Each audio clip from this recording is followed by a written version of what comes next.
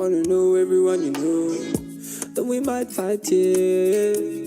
Ooh, you and me is alright, yeah. Give me a reason to come home. Give me a reason to come see you. Hey, give me a reason to come home. Hey, give me a reason to come see you.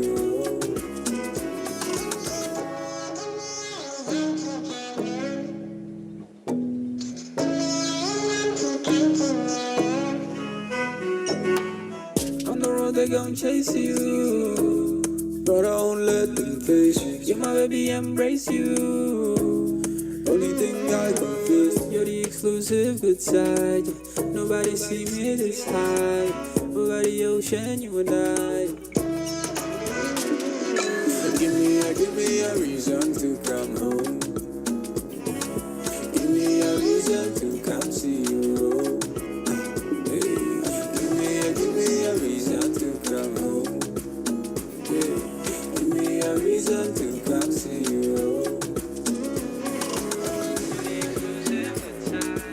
Nobody see me this high. Over the ocean, you and I.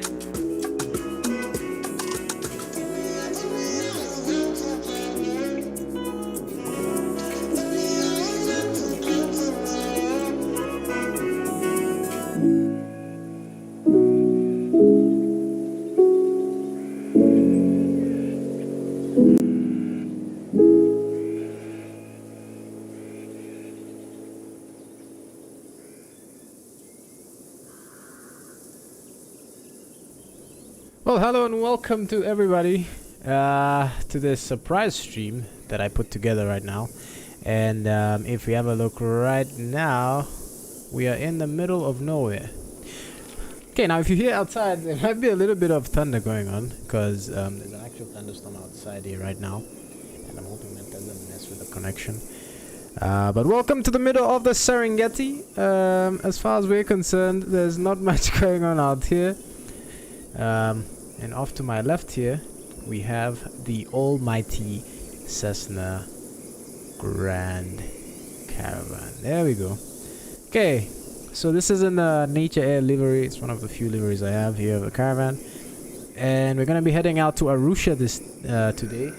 And after that, we'll be heading out to Dar-Es-Salaam. Okay, so once we get to Arusha, we'll hop into the Citation and do a short hop over to Dar. But yeah, this is the stream today. Okay. And well, I thought I would just do something a little bit more interesting today, you know, do a little bit of a scenic flight and then keep it a little bit on the chill side for today. But hopefully tomorrow my plan will be to attack that Nepal, what is it called? Lukla airport again.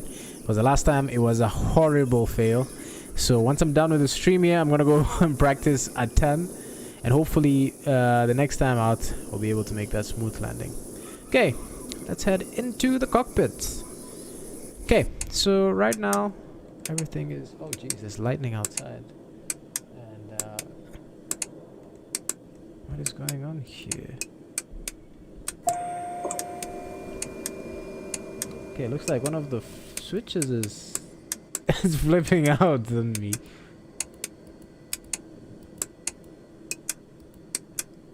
Oh jeez. Oh, this is interesting. Okay, I guess I'm gonna have to reload the aircraft, meaning that's gonna be just a short break here. And then let's try and get this reloaded again.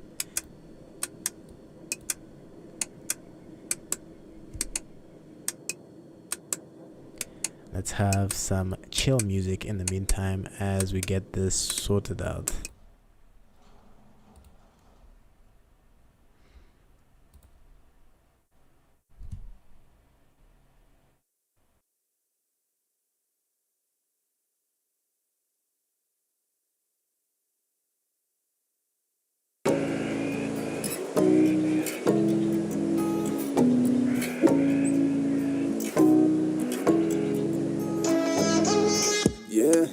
Show me your true colors. I don't wanna wait anymore. Yeah, I wanna meet your mama. I wanna know everyone you know. Then we might fight, yeah. Ooh, you and me is alright, yeah. Give me a reason to come home. Give me a reason to come see you. Hey, give me a reason to come home. Yeah, give me a reason to come see you.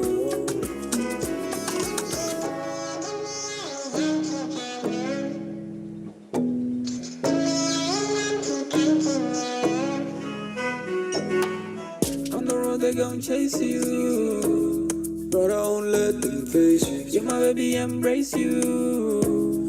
Only thing I confess, you're the exclusive good side. Nobody see me this high. Over the ocean, you and I. Give me a reason to come home. Alrighty. Give me a reason to come see you. Looks like we actually sorted out the issue, and everything is looking good now. Okay. Right. Music is also glitching right now. Well, can this day get any better? Let's just hope it does.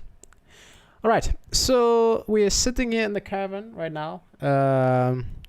I still need to load in some passengers. Everything is looking good so far. I did change up the aircraft a bit, so now we are wearing the ocean livery.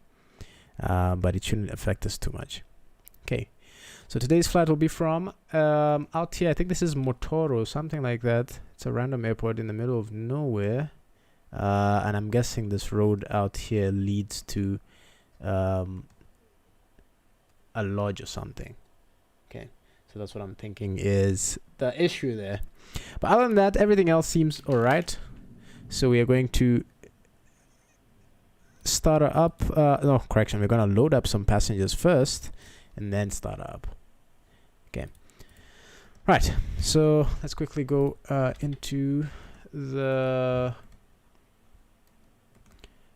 weight and balance section, and we're gonna load up a bunch of passengers. So I'm gonna assume 170 for all the passengers, so we don't have any children on board. And we have, let's just call it a full house today. So all 10 seats are occupied.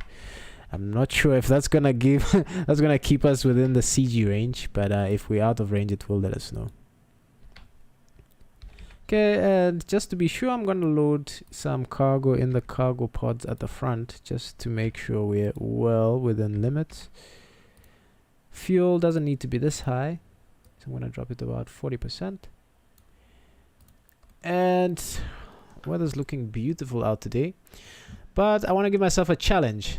I'm not a fan of just sitting around and doing a bunch of chill flights without a challenge. Okay, so I'm not gonna make it too complicated.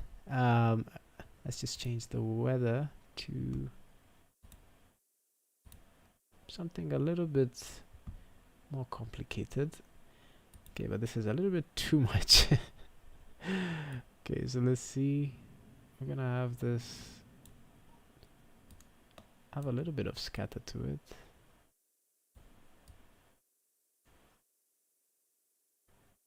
And bottom's gonna make it about 6,000 feet AGL. Let's just assume that. Okay. Oh yeah, I forgot. We need to add a bunch of aerosol into this weather. Okay, so I need to add a bunch of stuff in here just to make sure that this weather is not bland, so to say. Okay, welcome to all the viewers that are watching the stream. I can see there's only one view at the moment. Well, glad to see you here. I'm gonna add a bunch of aerosol into the atmosphere to make the viz a little bit more challenging. Okay, and once again, this weather is just VMC. You can turn the precip down to about, let's make it 2 millimeters per hour. And if the clouds are a little bit too complicated, then we might have to actually turn the weather up a little bit. Okay, so let's get us started. But before we do, I'm just gonna quickly put in our flight plan, and then just make sure everything is going perfectly to plan. Okay. Oh jeez, why is the starter on? There we go. Looks like it's glitching out again. Okay. Right.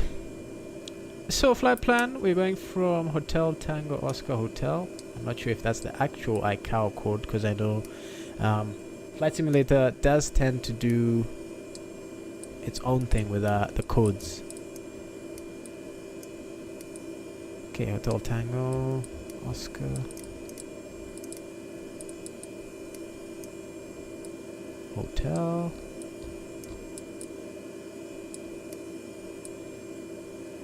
Okay, so Macau Airport in Ngorongoro.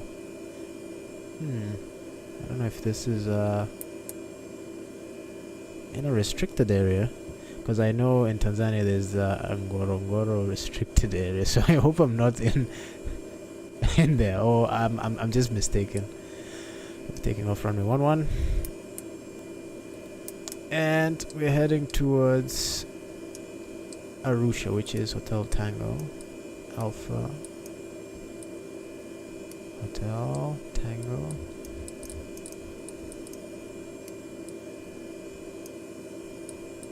Alpha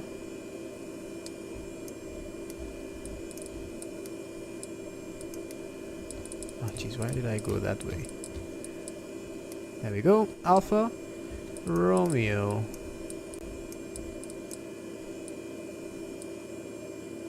That's Arusha in airport, and we shall assume runway 09.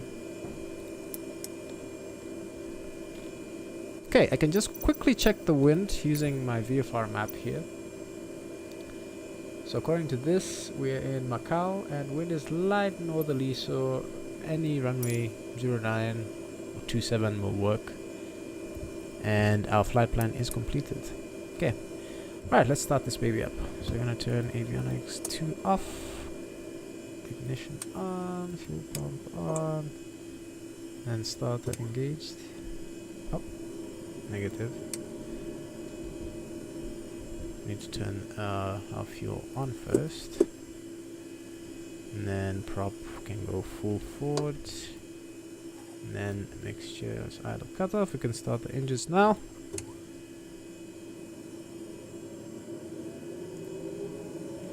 Then introduce low idle. Okay, we have light off. Low pressure.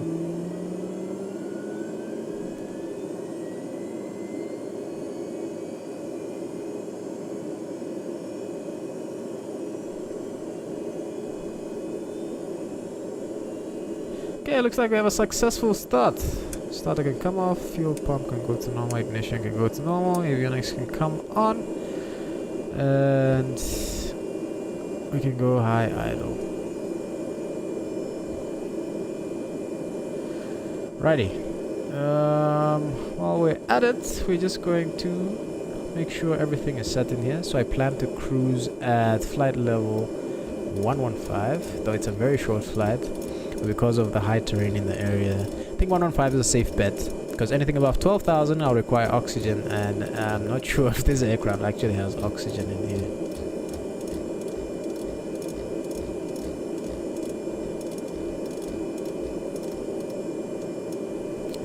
Oh look, I left all the lights off. Okay, I'm gonna turn all my lights off now. Oh, on now. Seatbelt. Okay, they don't work. Okay, 11,500 is set. It's showing me GPS here, and I'll leave the flight directors off for now. We shall just try and hand fly this all the way out. Turn this inertia separator on, and transponder, we're gonna put 2,000 in here. Okay, and it's already on alt. Yeah, I'm gonna do this flight offline because I changed the weather. I don't want to be messing up with other people's flights. And I'm just gonna quickly check under map options here. It does have NextRad enabled, so it will show me if there's any big big precipitation or something like that that's going on. But yeah, okay, no, it doesn't look like we're in the restricted area, because the restricted area is down in this general. Oh, a little bit further down. Oh wait, that's a lot further down. Oh, I might be actually in the restricted area, because it should be somewhere in this area, but I'm not sure. Anyway, we'll just continue our flight. Okay.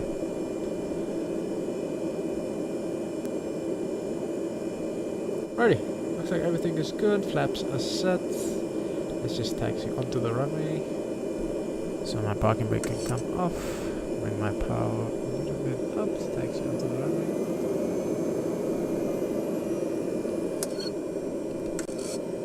Okay, is the parking brake off? Yes, it is. Quite heavy now.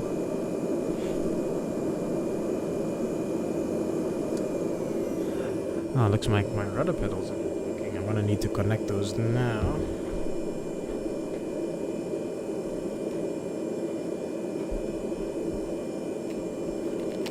Just stand by.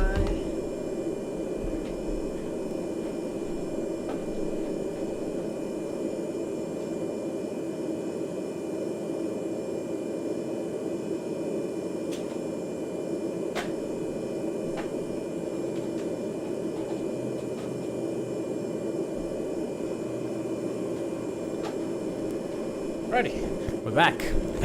Now for all of you that I don't have proper rudder pedals, but I have a steering wheel, so that's what I'm using for my rudder pedals. Okay, so let's just quickly check that it is plugged in. Okay, yeah, rudder is working. Righty, let's get ourselves onto that runway.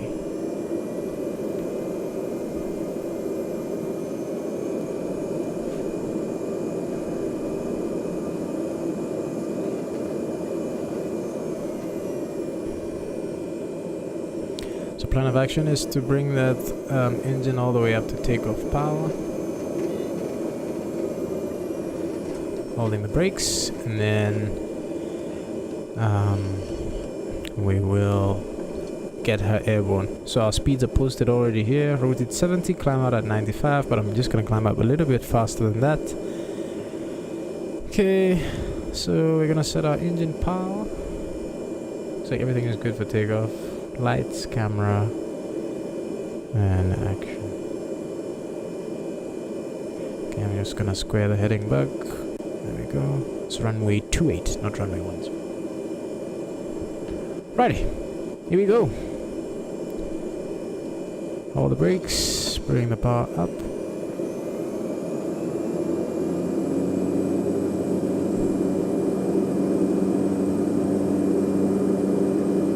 Power is set, temperatures, pressures in the green, and we're off. Okay, holding that right rudder just to make it at center line. And I see Brad is saying I shouldn't crash today. Don't worry, I'm not gonna crash, man. Okay, airspeed's alive.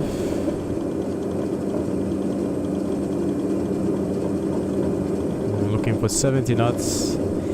And that end of the runway is coming very quickly.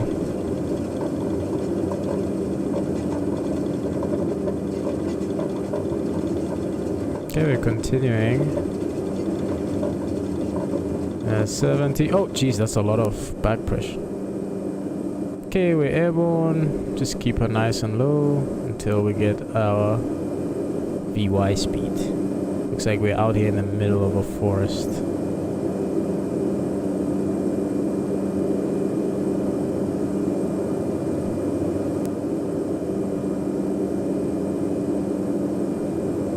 Right, we're airborne. Okay, passing 300 feet, I can start to clean up those flaps, bring it to 10 degrees.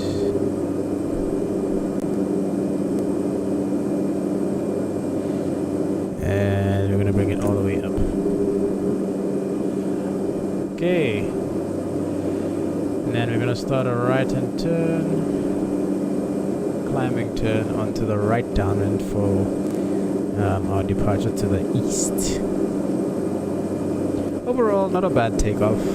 I give it a 10 out of 10 if I was to judge. But yeah, I'm gonna turn my landing lights off now. And I can turn my inertial separator off as well.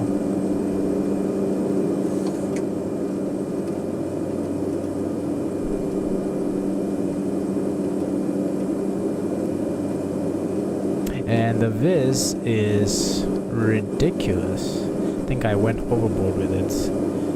So I'm just gonna turn that down a little bit. Let's just bring it down to a respectable 10. There we go. Okay.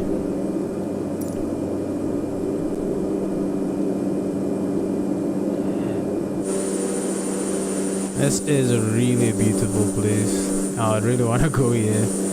And I'm gonna turn the preset down as well. But you know what? We'll just leave it as it is, just to give myself a little bit of a challenge. I'm also gonna build up these clouds quite a bit. There we go. And we're lucky we have the GPS. Otherwise, it would be quite ridiculous. Brad, yeah, I'm taking off from some airport in the middle of the Serengenti. I don't know where this is. It's called Macau, and we're heading to Arusha. This is in Tanzania, and then from Arusha we'll hop into the Citation and do a quick run down to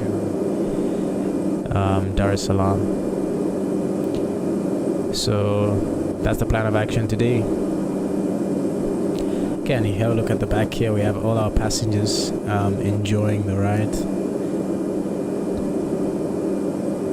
didn't notice the wing light was on, but we don't need that. Okay, so I'm hoping 115 will be a little bit below the clouds. Otherwise, we'll have to level off around flight level 905. Okay, I'm just gonna put in some rudder trim just so I can take my feet off the rudder.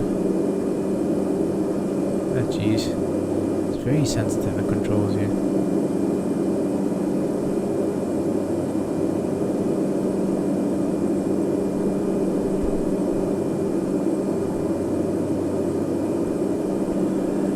Okay, and it is starting to rain a little bit in that general direction, so we'll see how it goes. I hope I didn't put in some aileron trim. Because it might be that I did actually put an aileron trim. Let's rudder trim now. There we go. Okay, so unlike the smaller aircraft, on these digital gauges, you want the little triangle to line up with the little indicator at the bottom here when you're flying, because there's no specific ball here to know if you're coordinated.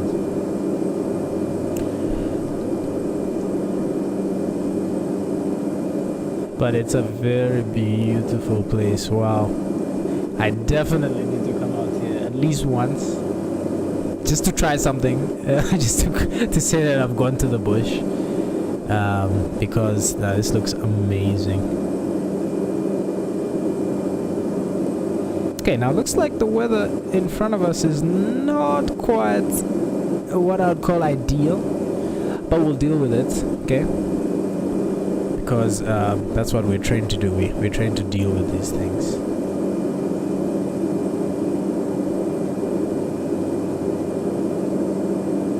There we go. Aileron trim is sorted, and we just overshot our track there a little bit, but we're gonna be right on the track.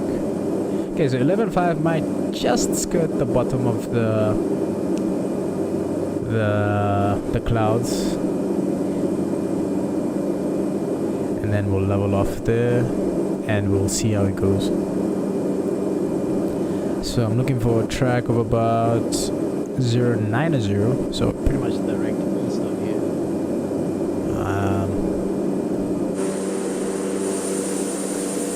otherwise this looks very nice.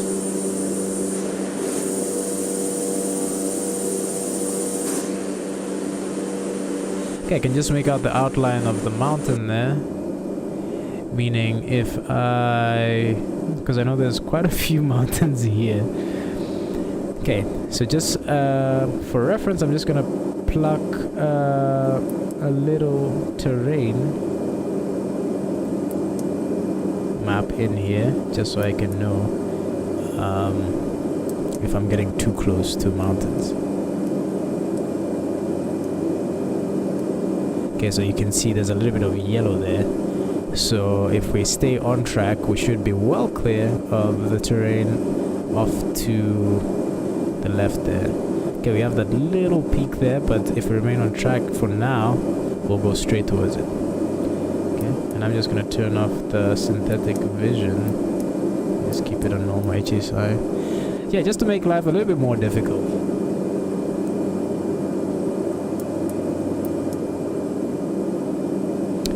Okay, we have about 500 feet to go. Then we're gonna level off and then start planning our descent into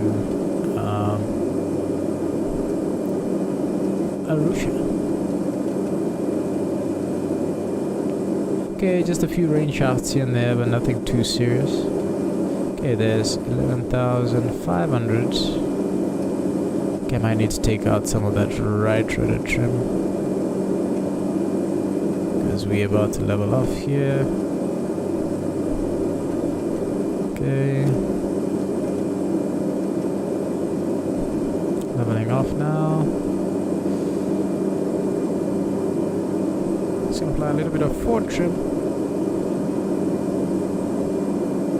And we'll bring our propeller back to about 1750. Now this is just a number I'm just eyeballing. I don't know what the specific procedures are, but 1750 sounds alright.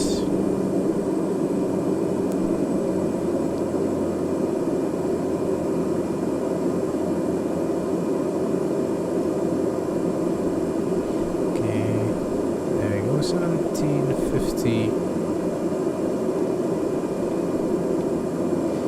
It looks like our aileron trim is out again. There we go. Trim a little bit more to the left.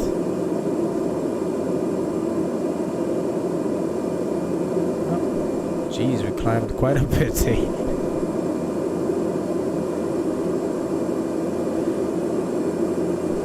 Okay, there we go. Let's level out. And I'm just gonna put on autopilot just briefly, just so I can plan my descent. So altitude hold.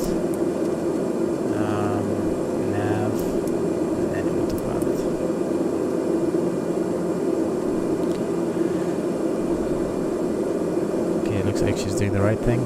Okay, so we're moving at about a TAS of 180, which means that's about 3 miles a minute.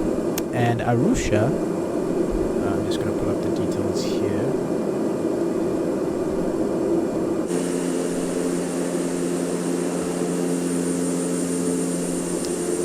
Arusha is...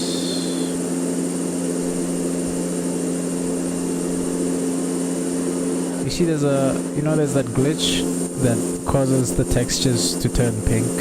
So I usually just imagine there's a party going on in the plane. Okay, Arusha's elevation is 4,500 feet, meaning we want to descend about at 7,000 feet. So if we want to descend at 500 foot a minute, because we have passengers on board, we don't want to break their eardrums.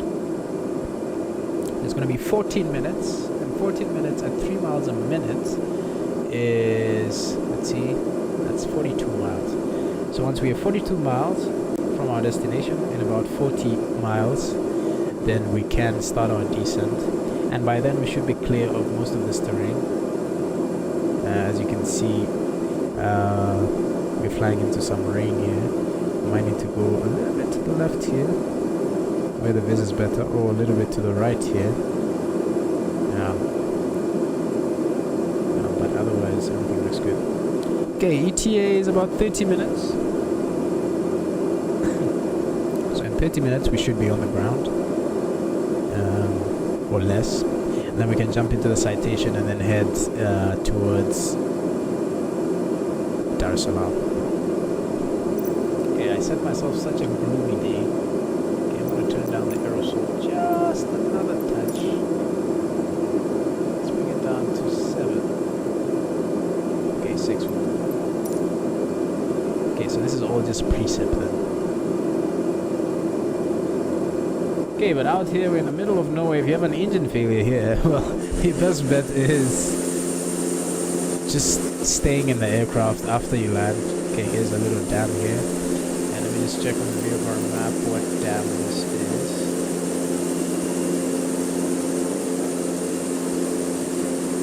So according to the map, this is Lake Eyasi. Okay. We have quite a few nature reserves here. I'm guessing this whole area is a nature reserve. And we're going towards Arusha here. And I know there's quite a big mountain right next to the airport. So we'll just check. If the viz is not too good, we'll climb up to MSA and then move towards Kilimanjaro, which should be just a few miles to the east here. Because there's the mountain. The airport should be somewhere in this area. Okay, otherwise, it's quite beautiful views. Of course, we cannot go above the clouds for now, but yeah, that would have been awesome because the views up there should be pretty sweet. Again, what I like about this camera, for example, is we can detach ourselves from the plane and just head down and explore. So, for example, if we head down to the shores of the lake here, and just have a look at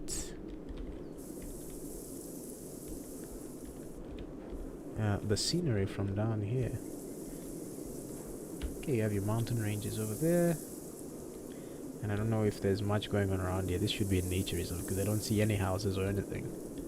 Okay, and if you have a look up there, you can just barely make out our caravan. Right there, you can just make out the lights zooming off to the west. Correction, to the east. And if I want to return, I'll just press one button and we're back towards the aircraft.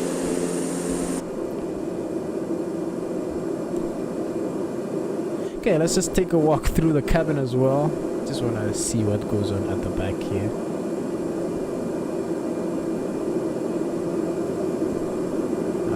Let's have a look here.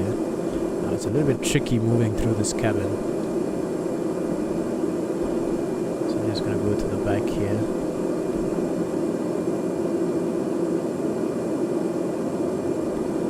It's actually a very nicely modeled cabin. Like the attention to detail and the textures, it looks very nice. You have your headset jacks there. You have your lights at the top. You have your speaker. Air vents, I presume, at the back here. And that looked for a second like a GoPro mount, but I don't think it's a GoPro mount. And I'll just pick a seat here and just create a passenger view. Okay, that has the worst seating. Okay. Maybe the forward one. Okay, you know what? I'll just pick a view here.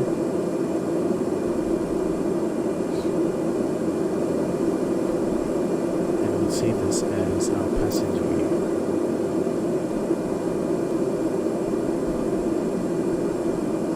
Okay, not in the seat,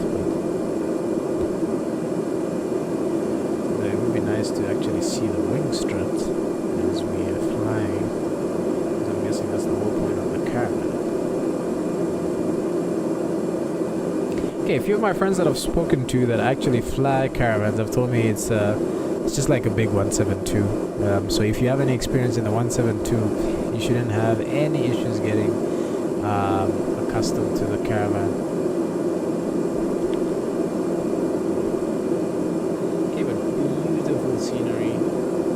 And yeah, this is still a little bit sketch, but it looks legal to me. And never want to hear yourself saying such things. It looks legal. Okay, so if we scroll around, we cannot actually scroll on this map. On the previous map, you could scroll, but you'll be able to see the terrain. You can actually see there's the mountain over there. So that's Kilimanjaro, highest mountain in Africa. So you don't want to fly anywhere close to that. And then over here, as we get closer, we should be able to see the little hill somewhere to the top of that. Okay. And then if you have a look here, we have AI traffic, but the AI traffic and ADC are just a bunch of dummies, because they will just park in front of you, and the ATC will constantly be shouting at them to maintain altitude when they already are. It's a weird thing, but it just happens. So that's why I don't use online ATC. Sorry, the default ATC. This looks like a place I'd like to go and camp. You have the forest out here. You have the mountain here. And then you have the savannah down here. Looks like we have some farming going on down here as well. And the party in the aircraft is just getting better and better.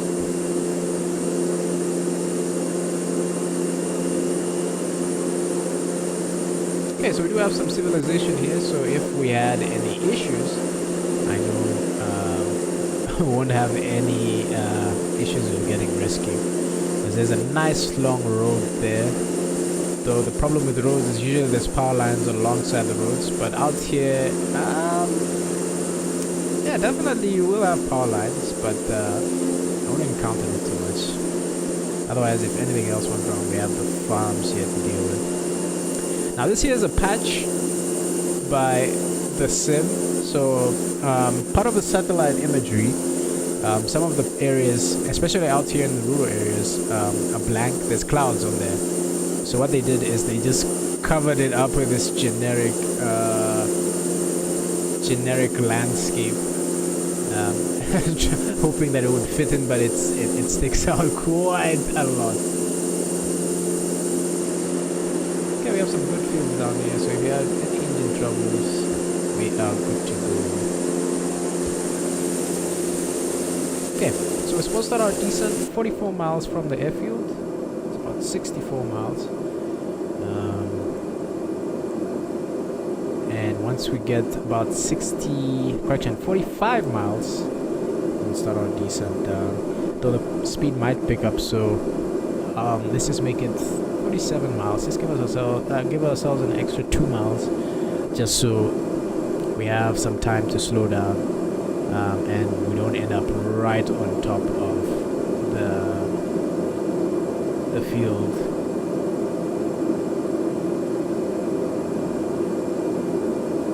Yeah, but there's a lot of stuff going on down here. I can see this looks like a school or a lodge, actually.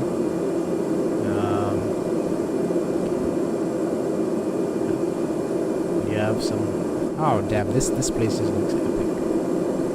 I wouldn't like to get stuck out here, but I would like to definitely go give it a try. And there's lots of small airfields. If you have a look here, lots of bush fields out here. And I know the bush flying in Tanzania is quite well developed, so to say. There's a lot of tourism going on there. I think Botswana as well. Is another big area. I don't know about South Africa, Kenya as well. They might have a little bit going on. Uganda, I'm also not sure, but Tanzania, I'm quite sure it's quite it's booming. Business is booming there.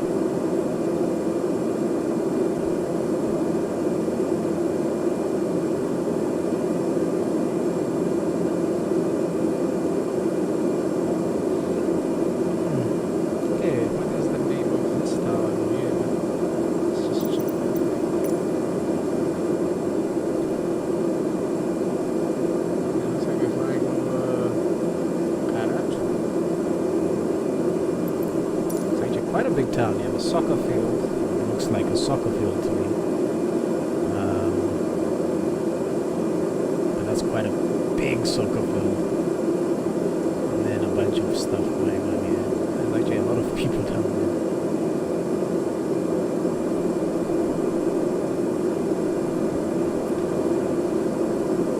Okay, while we're in the cruise, there's really not much to do. I'll just disconnect the autopilot and just keep myself busy. Or take some screenshots. Oh, we even have the rainbow coming through. Oh, this is very interesting. And once again, we still have the party in the caravan. I don't know why the textures do that, but it's just what it is.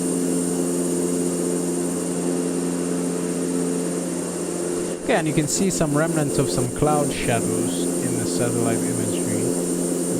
And actually over the town right here, it looks very dark. And then here's the scene for the next picture where it looks a lot better. But in my opinion, nothing beats this sim when it comes to scenery. Other than the few quirks here and there, I know the major cities, for example,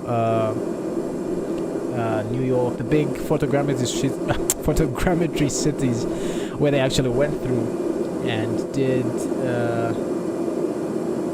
some actual 3D scans of the city. Those are literally one-to-one recreations of the actual thing, and flying in such cities would be amazing.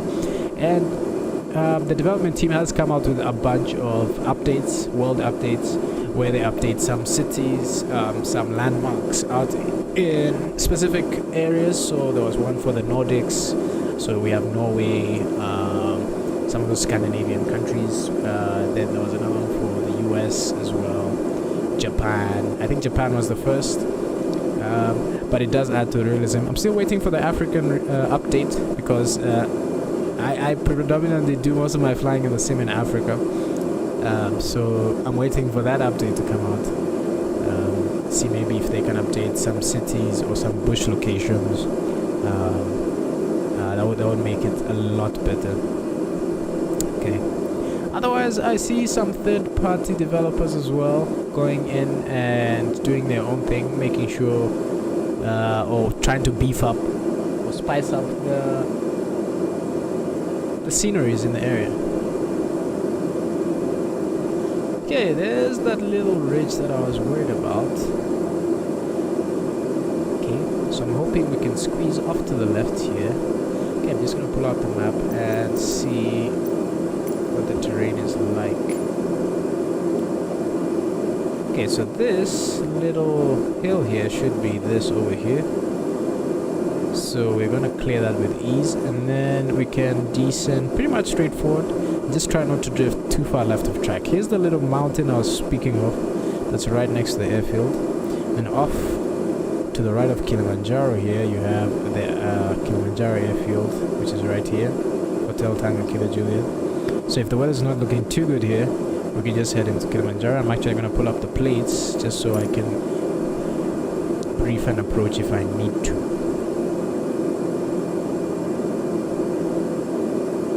Okay, unfortunately today I don't have the plates on the PC, but I have the plates on my phone here, so I'm going to try and use those to get myself set up if anything goes wrong. But if everything is alright, and we can actually find the airport, which shouldn't be that big of an issue now, well, we should get it no problem. Okay, this appears to be the Rift Valley over here. As you can see, a sharp drop off and the escarpment over here, and then we should be crossing the other side of the Rift Valley as well.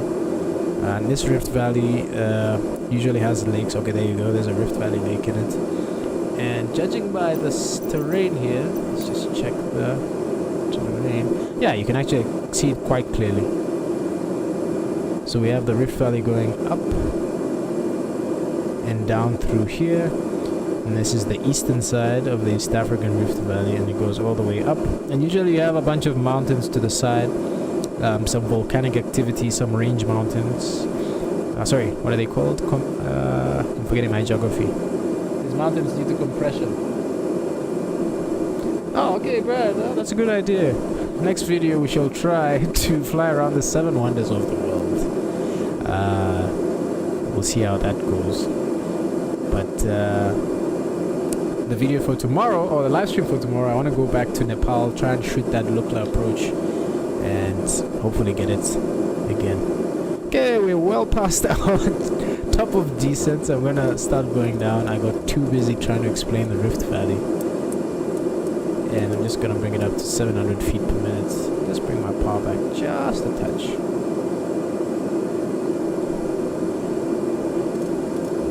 And we're descending 5,400 feet, which should be circuit elevation. Okay.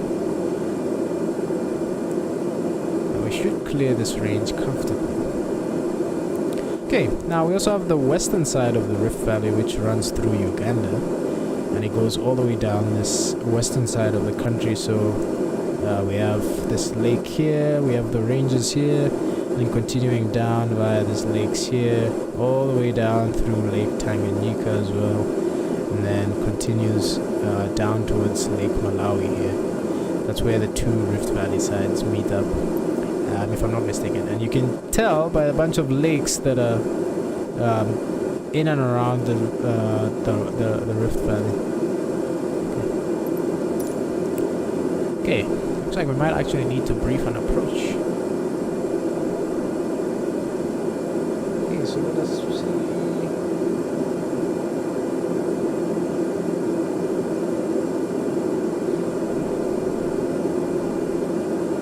Okay, I'm gonna plan for the ILS runway 09 now into Kilimanjaro.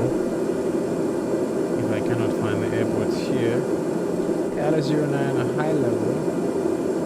We'll have our initial approach altitude Kilo Victor 9,000 feet. So that's going to be a missed approach. If you can't find Arusha, we'll just head up, missed approach 9,000 feet, head towards Kilo Victor, which is 1153. So I'm going to tune that into my nav 1. Okay, 1153, and Kilo Victor is identified. Okay, and then once overhead, we'll be approaching from the east, meaning we'll have to do parallel entry. Okay, so the outbound heading 088, and then 1 minute we'll make a right turn homing the beacon, and then we'll fly outbound on a heading of 268 till we're at Kilo Lima, which is 283. Okay, so under ADF DME, I'm gonna tune 283. 0, 2, 8, 3, and then I'm gonna swap that over. Okay, 283, and then under options here, I'm gonna put bearing 1 here to ADF. Okay.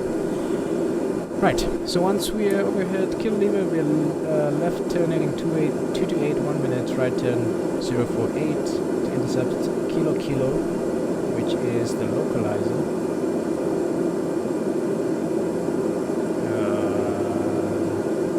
110.9. I'm going to set that into standby, and final approach course with a 088, and we can descend 6,000 all the way down to our minimums. We are category A, category B actually. No, it's category A aircraft. We can descend all the way down to 3,140 feet, which is about 200 feet above ground. And then missed approach will be climbing straight ahead to 6,500 feet, and then right turn to Kilo Bravo, which is 293, and then climbing to 9,000 and hold that Kilo Bravo. Okay, so Kilo Bravo is 293. I'm going to set that into standby. Okay, so we go into ADF DME, and we set to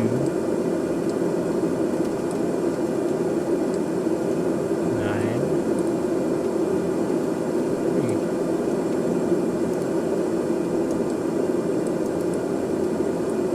Okay, so we'll have that in standby if we need it.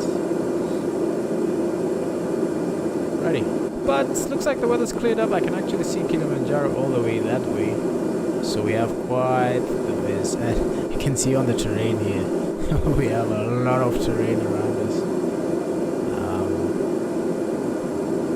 It looks like we're doing well on our ground speed. So this should be the little ridge next to the airport, and then that should be Kilimanjaro. But that is well into the distance there. Okay. Right, but just in case we have the chart briefed, I haven't really gone into the frequencies because, well, we're not talking to tower here. And yeah, that's pretty much it. I have everything set up in case I need it, but we should be able to find this airport very quickly, very easily.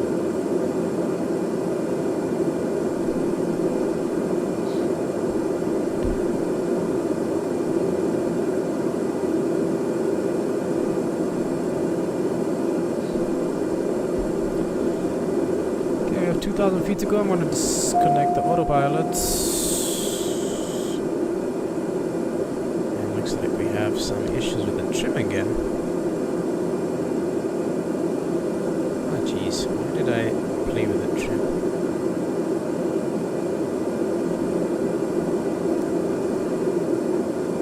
Okay. Yeah, this is something I don't want people doing, eh? Flying the trim wheel. Okay, I'm gonna level off at 5,400. Actually, let's make it 6,400 for now. Until I'm about 5 miles from the field, because we're still quite far.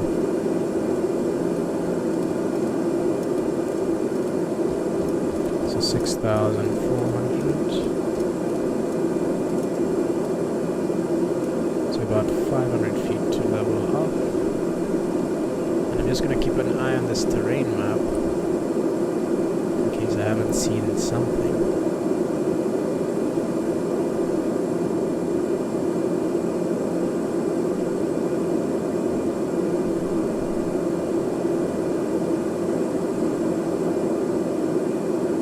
Okay, there we go. Looks like the trim is doing a good job. I'm going to turn the flight directors off. Well, it's still on, so I'm guessing we have a problem there.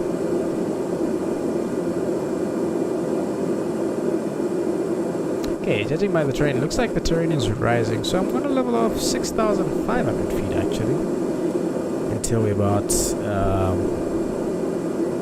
as I said, about 8 miles out. So let's just count this as the scenic tour.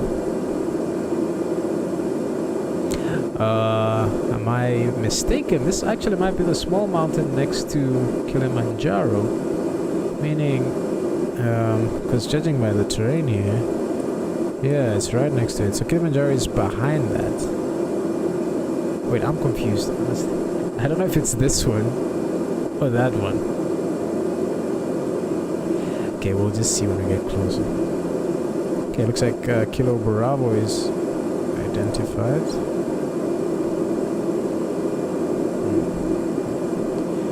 Okay, you would normally identify using the radio panel here, but this radio panel is messed up. So sometimes I'll try and tune something, try and identify it, and it won't do it. You just look at me. But it does show up digitally as identified, so which is good.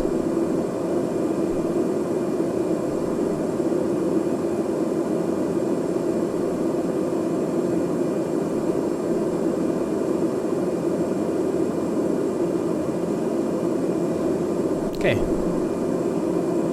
See lots of farming out here, and once again the flight sim is trying to hide the imperfections here. I mean, it did a good job here, but the other one was like blatantly obvious.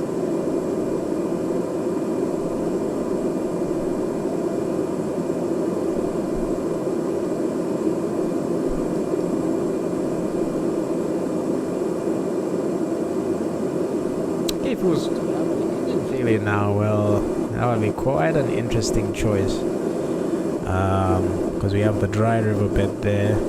Usually that has big rocks, so that's not a primary option, but it's the clearest part in my opinion. But Okay, no, I backpedal. Like, no, it's not the clearest because you tend to have big rocks in there.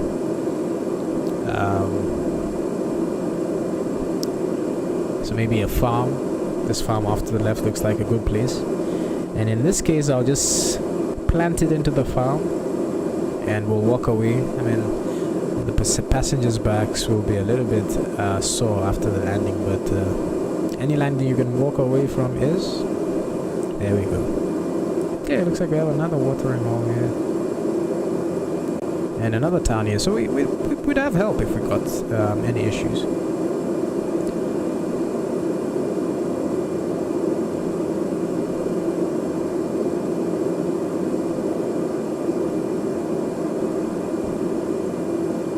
Okay, the cabin lights do work, so if I turn the cabin lights on, have a look, you do have some nice ambiance.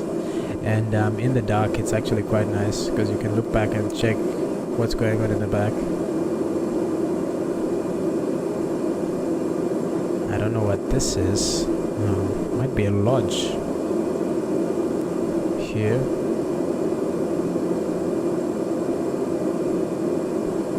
It's just a bunch of houses here. Okay, yeah, it might be a lodge out here. Or a group of lodges. Let's check that view for a map. Monduli.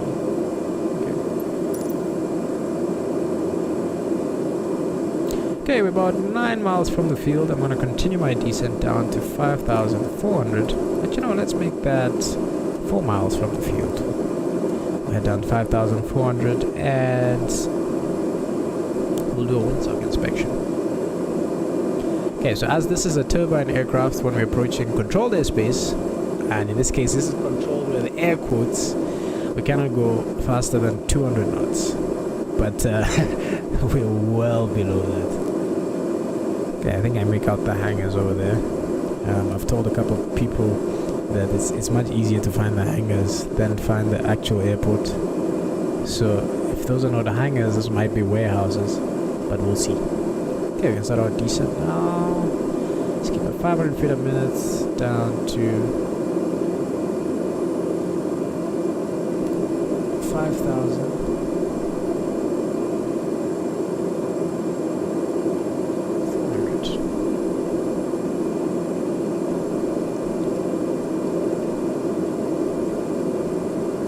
I'm guessing that's the field.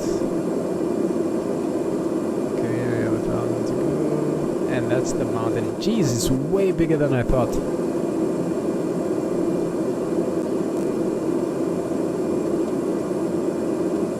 Okay, so in this case, missed approach, judging by the terrain on the map here, we'll try and fly at least to a southeasterly direction. And then climb, just circle around as we climb. And then once we get to about 9,000 feet, we can home Kilo Victor. Oh, we can just continue flying, maybe heading 120 till we get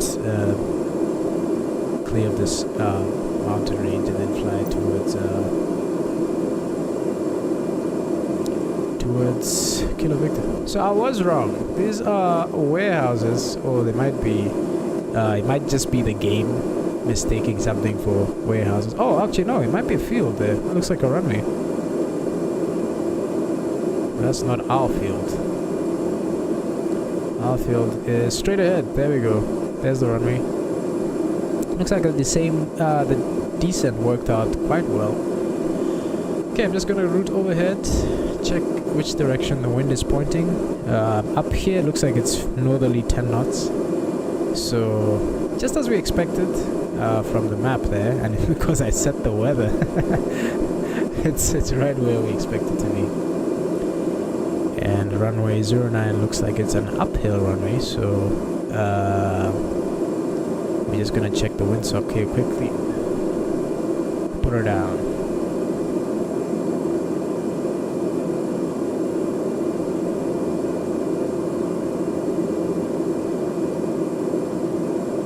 Okay, runway looks clear.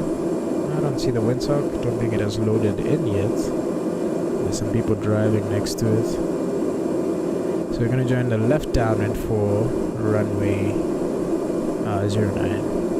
Okay. Can slow the aircraft down.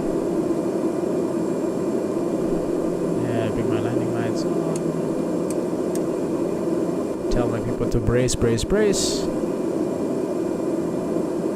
And start a turn onto left and downwind.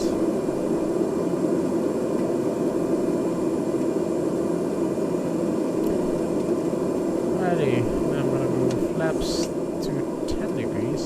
It brings them all the way to 20, but 10 degrees, there we go. And we're gonna fly a heading of 280.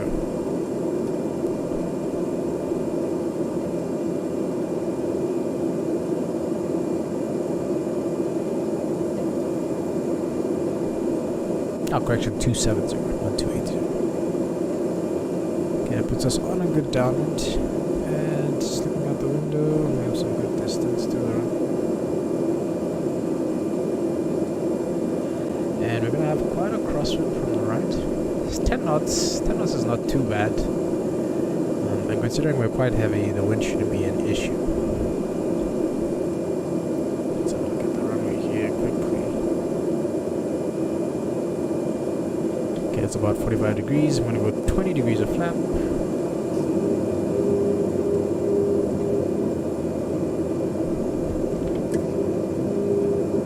There we go, it's 20 degrees. And then start my base turn.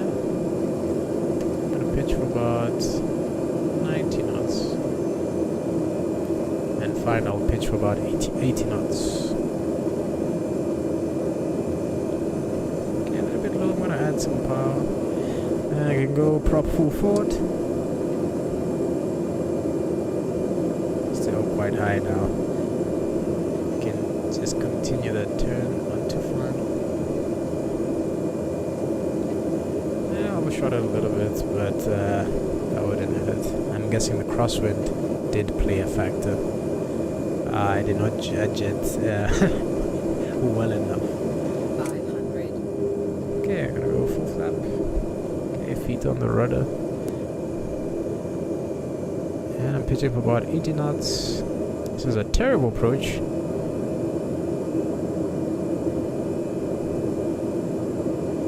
little bit close. Okay, you know what? We'll just go around. Let's just give ourselves a little bit more space. So power, attitude, flaps.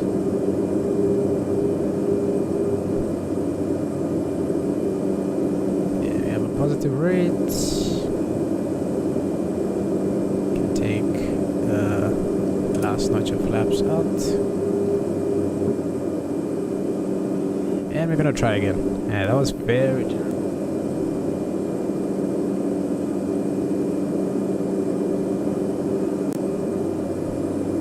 Okay.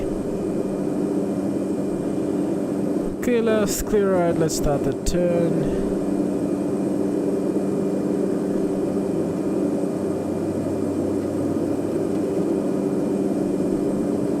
And I'll give myself a little bit more space. Okay, and instead of rolling out a 270, I'm gonna roll out 280, just to keep that crosswind in check, because we have a crosswind from the north. Okay, that's my second altitude.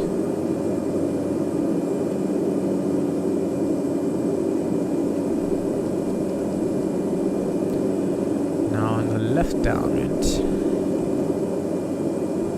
For runway 09. Okay, watch your altitude, power back.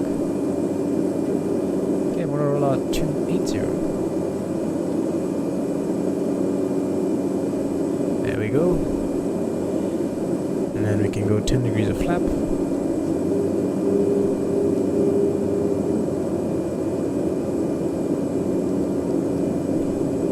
Keep that field inside. Okay, I'm gonna give myself a little bit more space this time. So I'll probably turn between the two ridges here.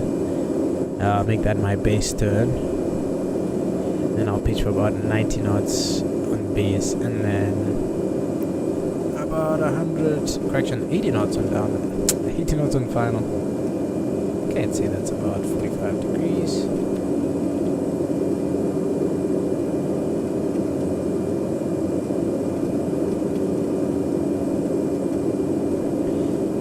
The ridge. I'm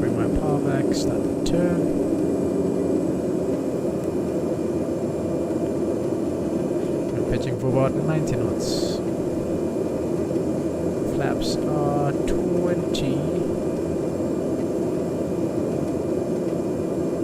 500.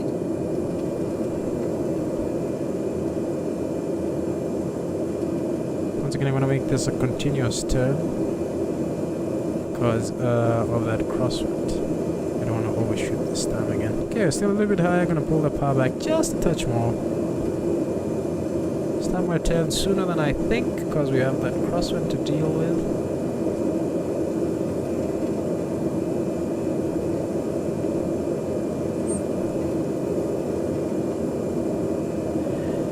Even then it wasn't soon enough, eh? 500. Okay, 500 foot on final. This is much better than before. Speed is running away from me. Okay, final approach, full flaps. Pitching for 80 knots.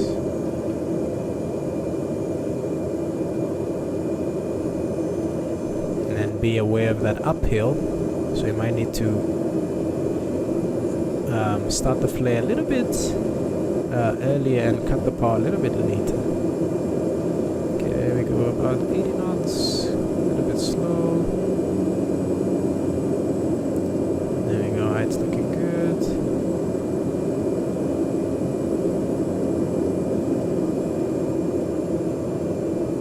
There's the crosswind. Right, we made it. Can cut that power. Oh jeez, the elevator is very sensitive.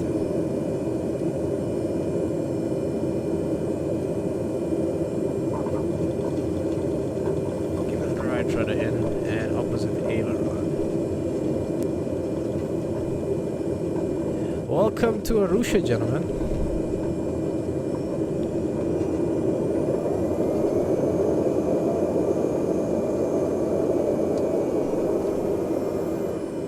Oh jeez, I'm used to the joystick being my rudder. I've forgotten about the pedals. Okay. Alright, let's just turn around here. Clear right. That doesn't sound good.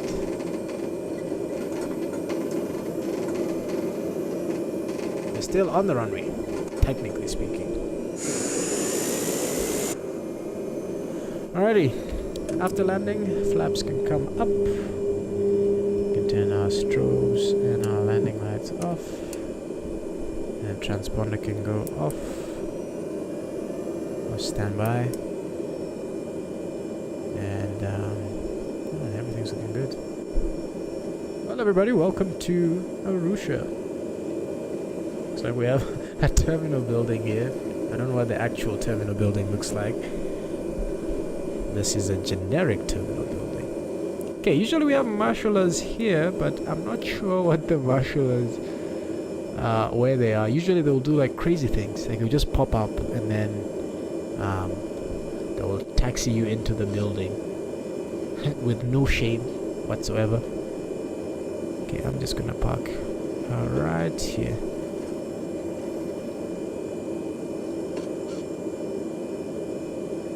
Okay, gonna stop right here. Parking brake can come on. Okay, taxi light goes off. Alright, avionics can come off. And then we're going to feather the engine, or feather the prop. And cut the engine. I hate it when it does that.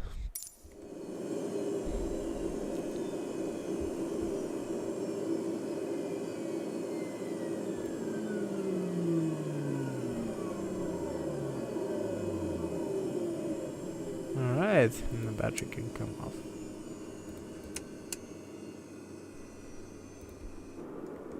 Well, ladies and gentlemen, that was a quick short flight. So I'm just gonna jump into the Citation and we can head down towards Dar-Es-Salaam.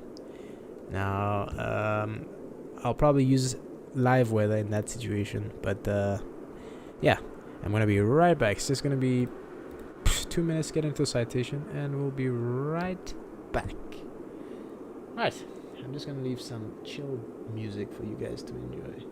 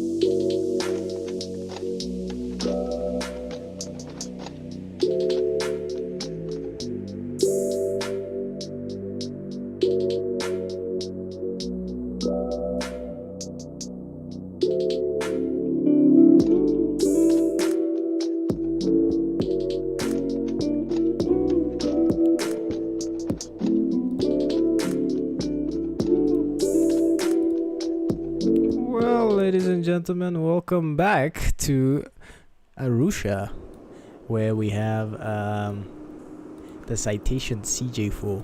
Now, this is one of the few aircraft in FS 2020 that actually work quite well, and we're going to take her to Dar-Es-Salaam. It's going to be a quick, nothing more than 40 minutes in the air, but we're just going to take her there and make sure everything works pretty much as expected.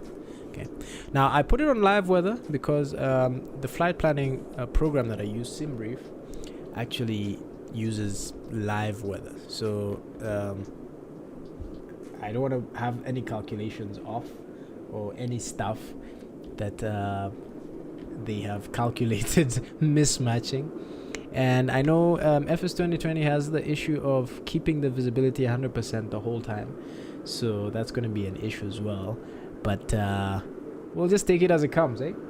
Okay, let's get inside. Okay, welcome to the cockpit. Now, I have my flight plan here on my phone, and we're just going to work our way through it. Okay, so according to this, we need to have at least 2,500 tons of fuel on board. Okay, so if we have a look here, how many tons of fuel do we have? 2,500 pounds, not tons. Jeez, 2,500 tons of fuel. This is in the ship. Okay, so I can turn the fuel down just a little bit. So you have 2,500 pounds. Why do I keep saying tons? Looks like we have 6 passengers on board today, and we have about 200 pounds of cargo. Okay, so that's going to be a little bit of cargo, but it's nothing too bad.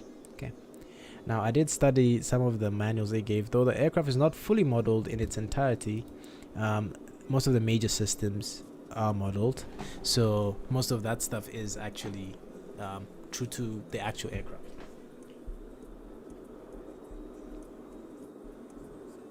Okay, now let's get this baby, or this show, on the road.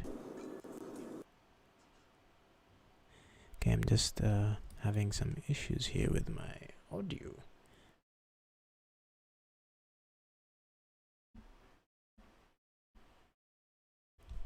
Okay, right, so the first step is going to be to turn the battery on, which we're going to do. And we usually get these warnings. And then emergency lights will be armed, standby instruments on, and then set our avionics to dispatch. Okay, dispatch meaning we can actually do some stuff down here. I'm going to turn my nav lights on, passenger belts on, and because it's during the day, I want to turn my TCAS on. Okay. Right.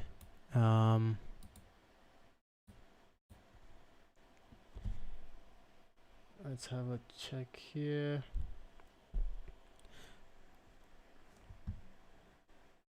Right, looks like something has gone wrong with the audio here.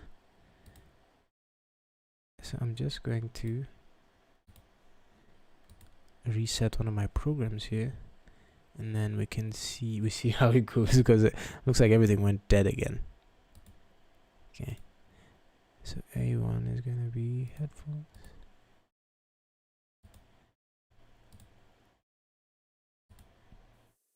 Okay, how does that sound now? Oh, interesting. Oh, look at that. Why does my audio have to be like this now?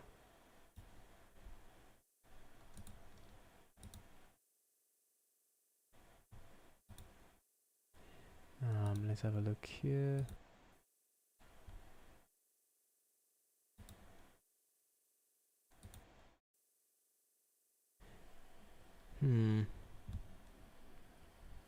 Oh, this is becoming very frustrating now.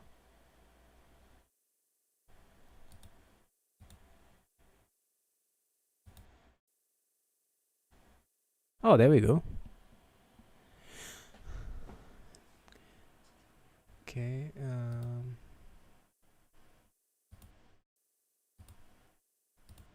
I'm just trying to sort out the issue here.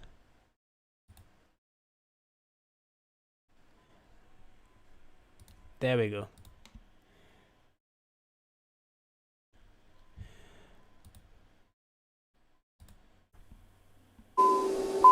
Yeah, there we go. Sound is sorted. Okay. Let's just get rid of these warnings. Right. Yeah, that's the thing. If you don't stream regularly, these gremlins will come out and bite me. Okay, so we're gonna set initial position that is completed. Flight plan is gonna be from Hotel Tango Alpha Romeo to Hotel Tango Delta Alpha. That is Dar-Es-Salaam. Okay, so 261 nautical miles. The caravan that was gonna take forever. Per unit, we said we have 6 passengers and about 200 pounds of cargo. And according to my flight plan here, my cruising altitude is going to be flight level 450. Okay. Right. And then we can move on to the actual flight plan. So departure, we're going to be departing runway. According to the flight plan here, we're going to be departing runway 09. And then we'll proceed direct to Kilo Victor. Okay, so I'm gonna jam Kilo Victor in here.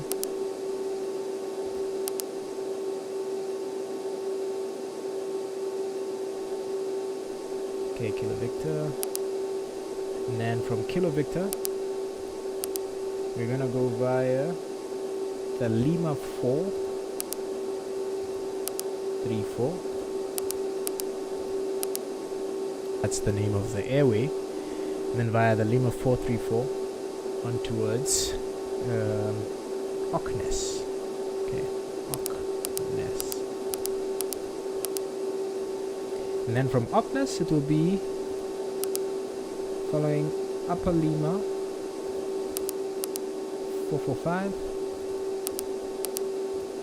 to Geren. And then from Geren we'll have our arrival. So the Geren 1 Alpha into runway 05, and we'll just plan for the ILS runway 05. Here's ILS Yankee, runway 05, Geren 1 Alpha. We'll execute that. Okay, and we'll just go in here to make sure, we'll just do a quick check to make sure that the distance here lines up with the distance on the flight plan, just to make sure none of the waypoints are off. So on the upper menu, I'm just going to go to FMS text. Okay, looks like it's not working there. Let's go to progress page. And you see we have about 305 miles here, and on the flight plan, our total air distance is 306. So that means all our waypoints are good. Right. Okay, so we've set our flight plan. I'm just going to check it with the plan view here. And then we just make sure there's no missing waypoints. Okay, so next waypoint, Kilo Victor, Alvuna, Optimus, Geren, and then from Geren we have a gap there. Okay, so according to the arrival, we should go from Geren to Octum, and I'm just going to try and get it on the screen this time, just so you guys can actually see what I'm actually doing here. And then this all looks pretty much the same. Okay. Let's continue advancing. Yeah, Tulu, and then the final approach into runway 05. Okay. Right, so that is set. Let's start our engine. So make sure everyone is seated down. I'm just gonna do the passenger brief because this aircraft does have passenger briefing capability. May I have your attention, please? There we go. Welcome aboard There's the that passenger Citation brief. CJ4 aircraft. And we're gonna look outside. Beacon Your light flight can come crew will on. make every effort to make your trip a pleasant one. It's clear all around the aircraft. Your briefing And we card can is located start near your seat engine for number 2. important safety-related So information. we're gonna, the engine starter switches over here, and then Smoking we're is gonna prohibited turn aboard the this engine to aircraft run. while the no smoking lights Okay, are so- illuminated and prohibited in the lavatory at all times. So Aviation regulations require passenger compliance with lighted no smoking and seatbelt signs, placards, And then we as want well it to as flight start crew here. instructions. okay, so we have N2. For taxi, And N1. takeoff, and landing, please ensure that your lap belt and shoulder harness are fastened. There's All light off. portable All electronic pressure devices is are coming turned up. off. Tables, temperature luggage, is and coming loose up. articles must be stowed and secured. Seats must be in the upright and outboard position, and your headrest extended per instructions located near your seat. To fasten your lap belt, place the flat metal in And around 45, or is it 55 N2, it should cut out the start. To fasten the shoulder harness, pull the shoulder harness strap across and in front of you, and hook the metal end onto the stud located on your lap belt. To release your lap belt, Oh, it's press 50 the latch actually. release on So the top 49, portion 50. of the buckle. Should cut out the To starter, release the and shoulder then harness, let me just start the unhook left metal engine, end and then from we'll the go stud. outside. This guy's making a lot of noise. Because of the possibility of unexpected turbulence, please keep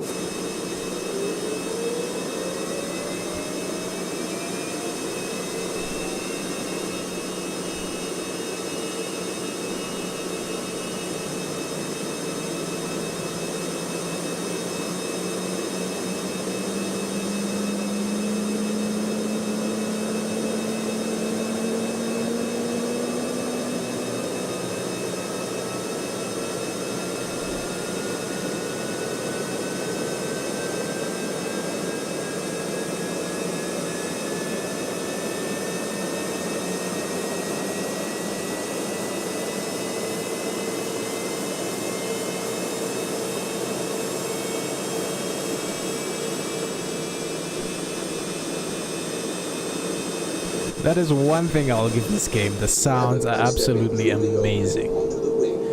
Okay, after start, it's gonna be left to right. So avionics come on, climate control no. And I'm gonna pull my speed brake. To open the main entry door, first, brake comes push up. in on the inner paddle located above the inner handle. Oh jeez, what happened Pull there? down on the inner handle approximately 90 degrees. Push the door Okay, looks like the views are messed up again. Okay, and then we're gonna go 10 degrees of flap. Locations are placarded near your seat. Takeoff flap, sorry. That's 15 degrees. And then I'm gonna set it to position here. Okay, so let's just quickly get the number going. For children, wrap the belt around the leg, buckle, and tighten the strap. Inflate the life vest after exiting the plane by pulling downward on both red tabs. If the life vest fails to inflate, blow into the manual inflation tubes attached to the vest. Okay, I'm gonna push takeoff. Should bring up takeoff up here. As well as other emergency And then we're gonna bug our altitude. So we're gonna assume we got clearance to flight level 450. Thank you, and have a pleasant flight. And finally the guy's done his announcement. Range 1019, it should be showing us about 4,400. But I'm guessing the game's a little bit different. Okay, 4,580, that's fine.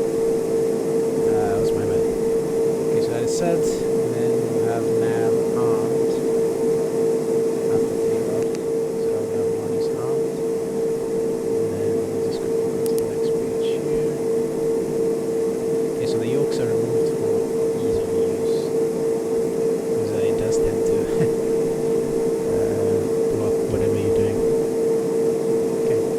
While I'm at it here, I'm just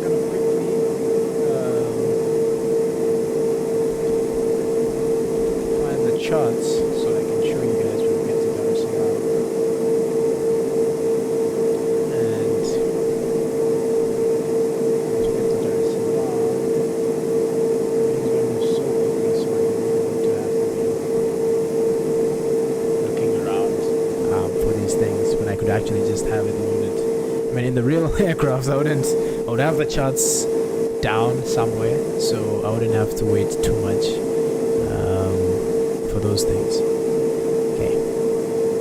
Yeah, so let me just quickly get that loaded up, and then I will be with you guys.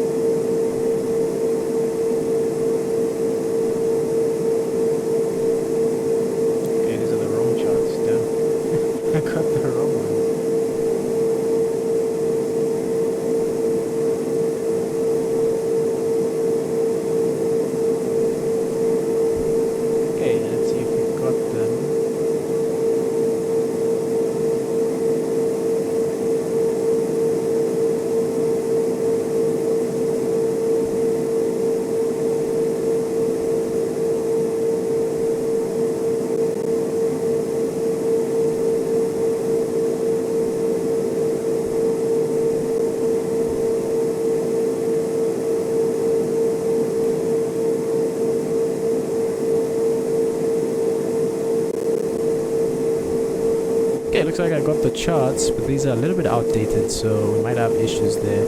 But I got the charts open, and just to check here, I'm gonna make sure charts.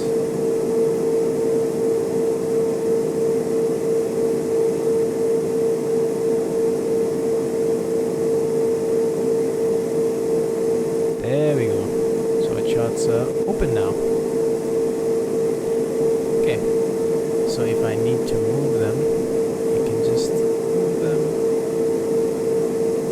as necessary, and we can actually see exactly what's going on here. Okay. Alrighty. Okay, so let's just put those away for now, and then we can head out. Okay, so since the wind is favoring, according to this, it's favoring runways 09, we're going to taxi runway 09, and then outbound will be a straight out departure, pretty much direct kilo vector. Okay, so clear to the left, clear to the right, taxi light can come on, and we're good to go. Taxi, parking brake can come up, and my feet on the rudders, or the rudder pedals, and we can start to do it.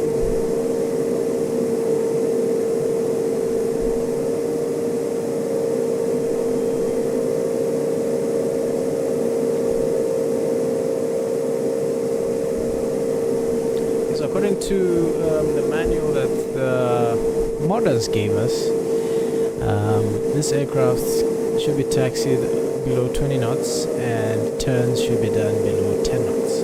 So I'm taxiing about 8 knots at the moment. And I'm going to turn my strobes on since we're entering the runway.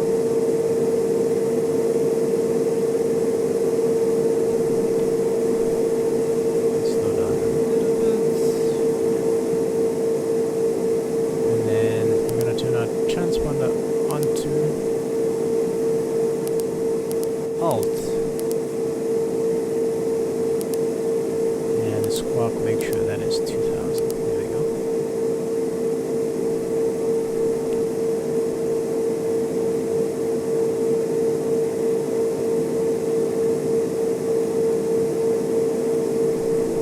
Okay, now let's quickly go into our performance menu here. Takeoff.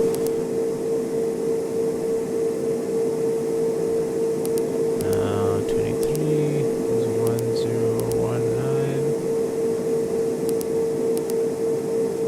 Surface wind is 120 and 10. Okay, coming up to the end here. It's going to be quite a tight turn.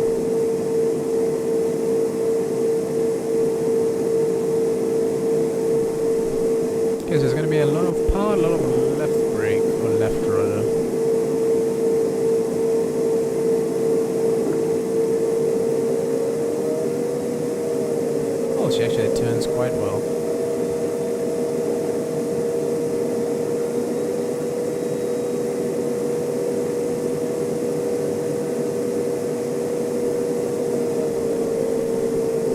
Okay, so our runway slope is about 2% up. And we're taking off flaps 15. We have our speeds. Have those posted. V1 94, VR 96, V2 108, and VT 140. Okay, lights can come on. I'm gonna turn the weather radar on. I'm gonna put terrain on this side. And we're good to go. Okay, are you ready? Heels on the floor, let's go.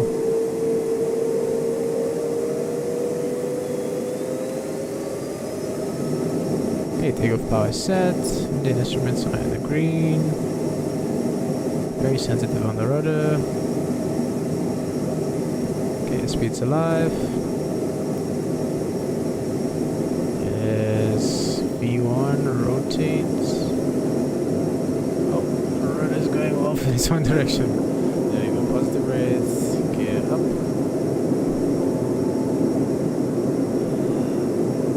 Flaps up. And about 400 feet above the ground, I'll bring it to climb power. Okay. There's climb power. LNAV is coming on. And we're just gonna pitch for about 240 knots. Okay, transition altitude will be 7,000.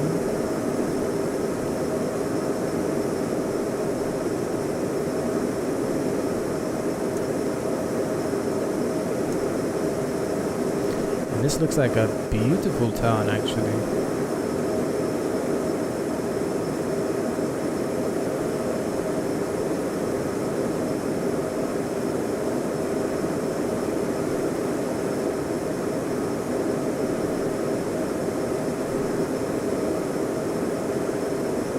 To lower that nose, add a little bit of nose forward trim, or nose down trim.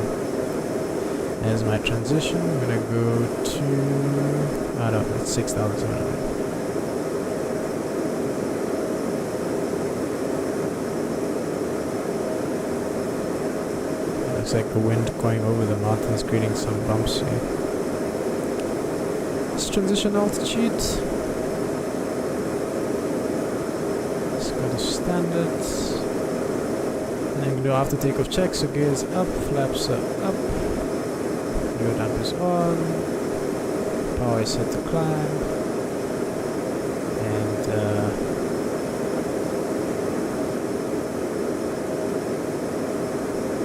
yep, things looking good.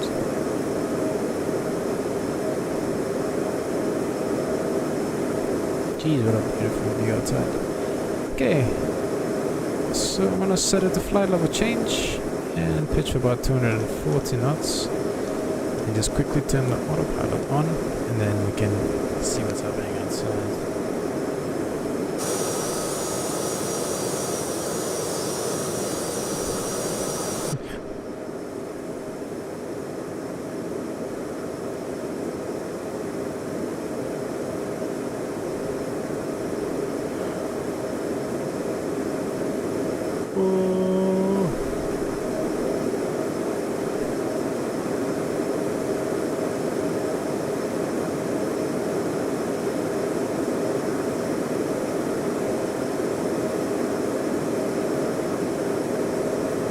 Well, I don't know if any of you saw that, but the speed brake was extended. So I don't know if I hit the button accidentally or just forgot to retract it. But that's quite the embarrassing thing, eh?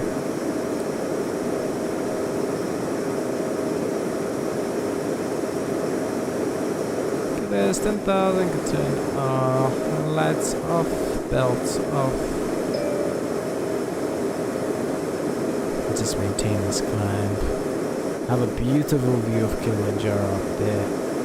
You can see some of the craters from all the volcanic activity. and some of the crater lakes as well.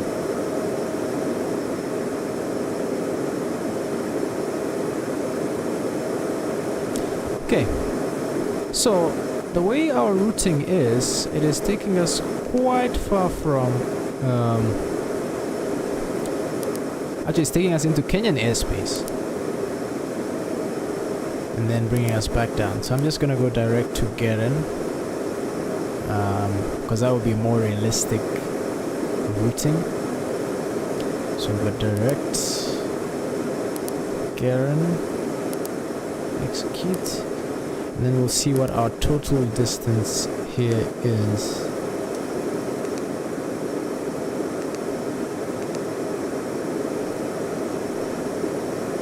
Okay, so it's towards the airport. It's about 265 knots. Okay, I'm just going to myself a second direct, just so this thing doesn't chase the needle. There we go.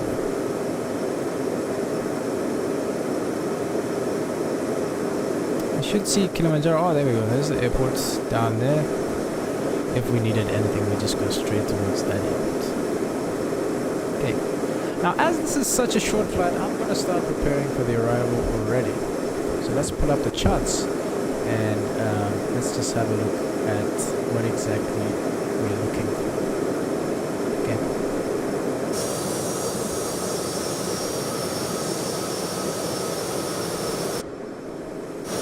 Okay, so according to this, we're looking for the Geren 1 Alpha arrival for runway. Go Geren 1 Alpha for runway 05. Okay, so looking at this chart here, we have Julius Nyerere International. This is 7th or 3rd, 2014. This is an old Jefferson charts. I think I got these online. This is an RNAV standard terminal arrival. And ATIS is 1190. So we will tune actual ATIS in the game, see whether it's lining up with what the weather report is showing. 109.0, and once we're in range, we should be able to pick it up. Okay, continuing on with the chart.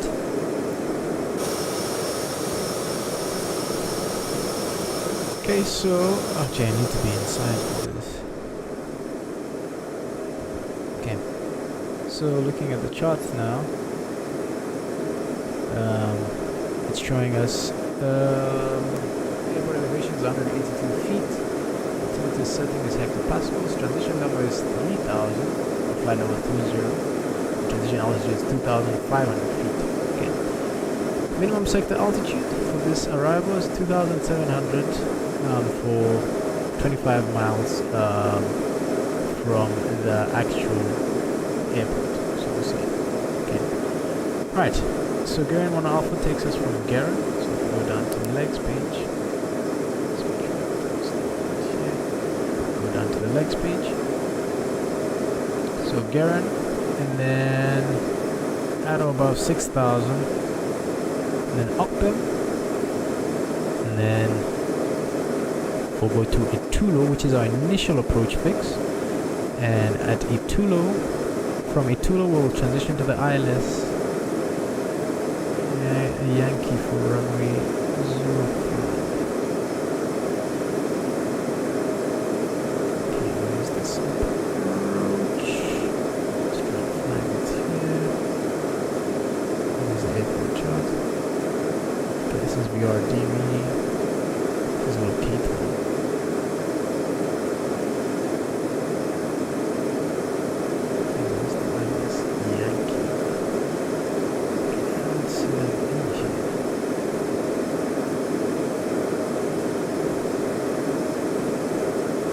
Okay, so I'm guessing we're just going to have to do the RNAV. Okay, because from Itulo on the RNAV,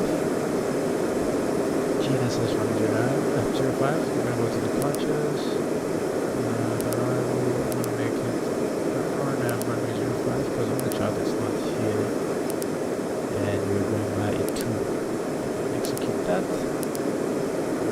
It should take us to Gag. There's Gag. and at Gagmo we should be at or above 2,200. Okay, 2,200 feet. So let's rebrief the whole plate. So we've gone through the ATIS frequency, with jet base frequency, with MSA, we've already gone through. Okay, it's going to be RNAV, final approach course is 047. So if you check down here, we should have 047 above the waypoint. So that's our final approach track. Just going to check here. Let's go to here. Let's just change this back to present position. And I want to see alpha right turn descent.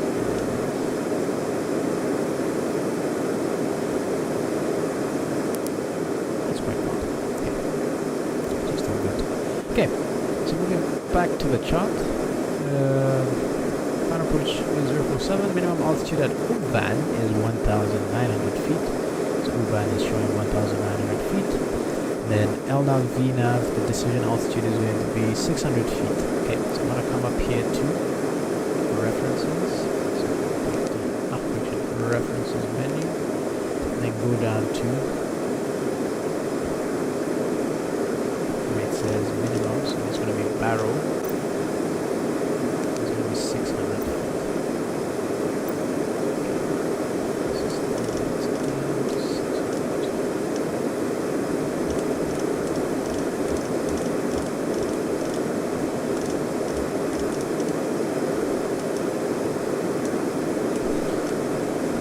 Okay, we're going to go down to 600 feet. Okay, so that is set. Minimum barrel 600 is set. Okay. Right, I'm continuing with our briefing here. Mr. Porch will be climbing direct to Ibnis at 2,700, which is in here. And then our Mr. Porch point is here, 576. You can see 600 or above. Okay. Right. And then we expect an approach speed of, I'm just gonna get that in the performance levels here. So for now I'm gonna put in the actual flat plan. And then what we get later, we're going to update it.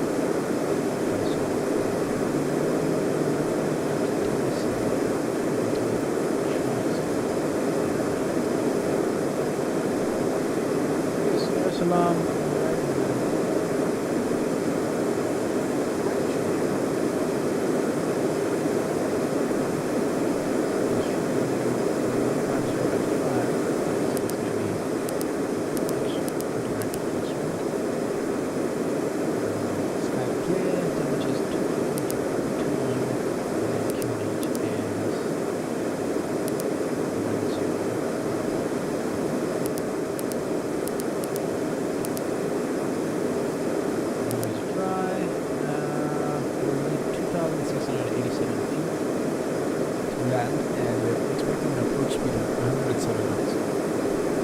Using that information, we can come back to the chart and see that at 107 knots we expect to see a rate of descent of about 566 to about 600. So about 600 feet per minute. Okay. Minimum visibility we need for straight in is about 800 meters, but we have 9999.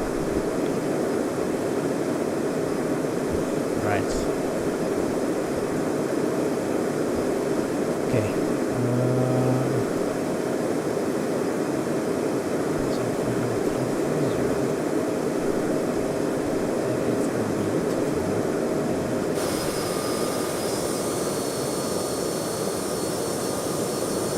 That takeoff was quite quite sketch, eh?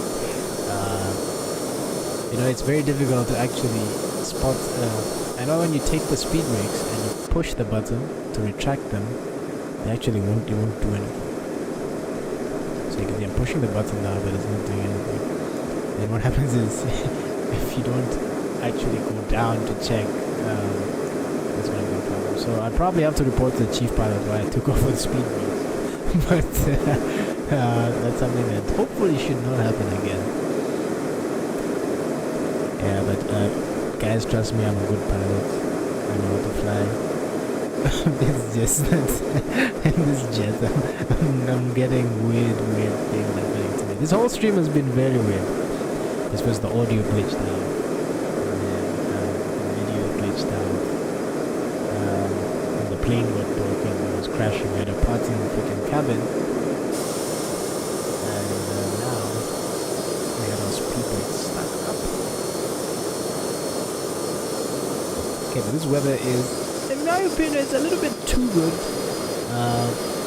You know, FS 2020 doesn't model visibility quite well, because we can see all the way till the end there. Okay, there's a little bit of cloud there, but if you look carefully, you can actually see the coastline, which in my opinion shouldn't be obvious.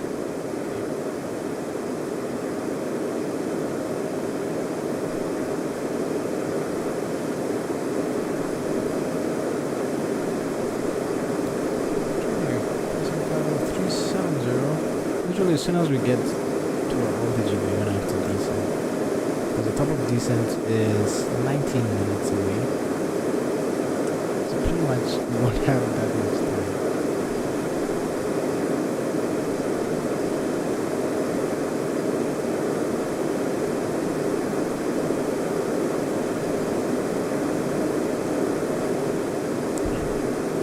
Just got some outside views.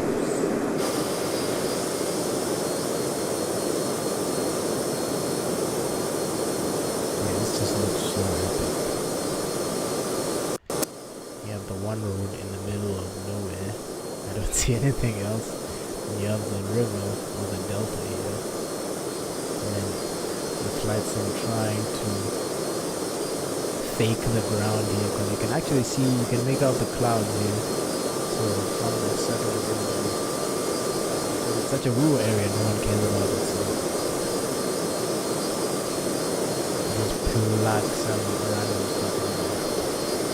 One hell of a long road here. Would be a very good option if our engine failed. Or we could actually go to the nearest airport. So in this plane you can go direct, and up here it shows you the nearest airports. Then you can see there's one HT total kilometers on the 4,469 feet. And as you see at the bottom here, you can actually put your minimum. So, weight now, we needed about 2,600 feet, so and yeah, so this would be a good option. We could get to quite comfortable from it's 45,000 feet. Actually, if we wanted, we could try and that would be quite a stretch if we wanted to go straight back to Musha.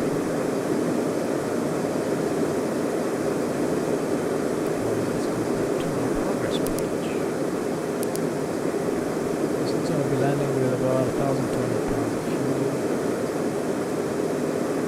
And on top of diesel is kind of quite what they would actually save. Transition level is 3,000, and transition altitude is 2,500. So after that is the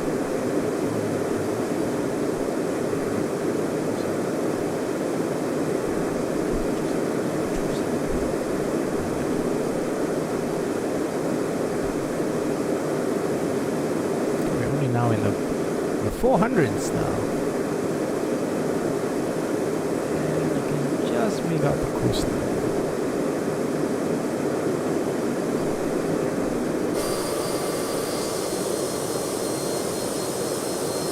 Okay, I'm just gonna take a quick break here, 5-minute break, and I'll be right back. I'm just gonna leave you guys enjoying the climb up here, and make sure she doesn't overspeed or do something crazy. And let's see what beat I can hear you guys with. In the meantime.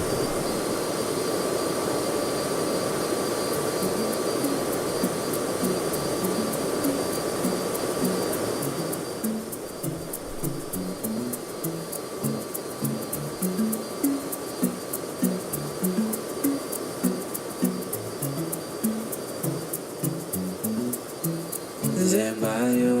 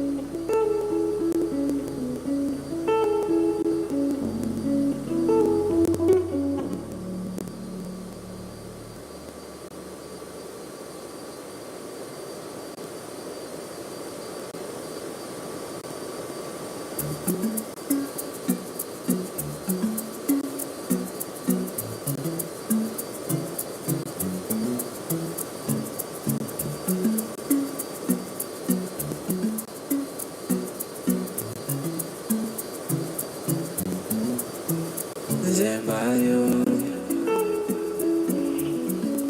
kumazi zembayo, jabu tukende, wange bayo, kunyanja zembayo, jabu tukende.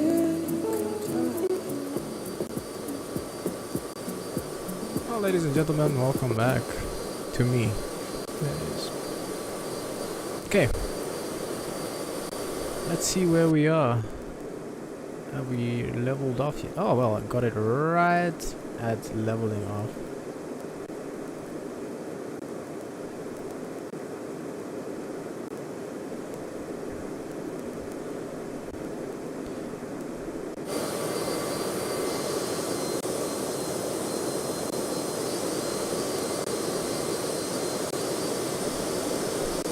Okay, I don't know if the sound is glitching again.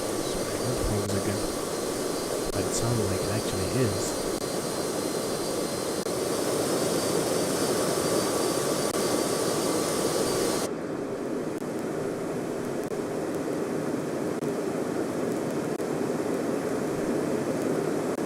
Okay, it's flight level 450, and on top of the set is less than 40 miles away. Bring our power to manual cruise. About 95 usually gives me the best airspeed. Okay, so about 95 on the N1 usually gives me about a Mach 0.74.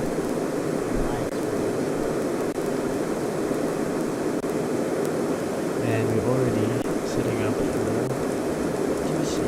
So our first altitude restriction is at Okbel, which is, correction, at Gagu, which is 2,200. Okay, so 2,200 is going to be our initial descent altitude.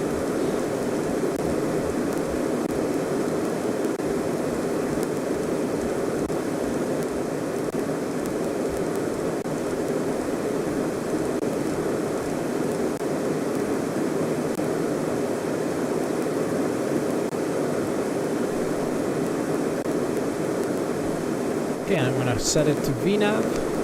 So once it gets to the VNAV top of descent, there it will follow the path down. I set it to a 4-degree descent, so it's quite steep, but it gets the job done. Okay. But, everything else is still looking good here. So approach speeds and the performance. Well, for now we're going to use these as provisional approach speeds. So 103 and 110.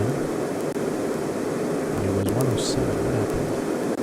110. So we might be landing a little bit heavier than we thought, but it's well within limits.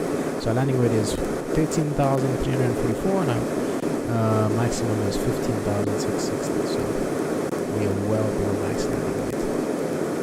Okay, and we can just make out the coastline over here.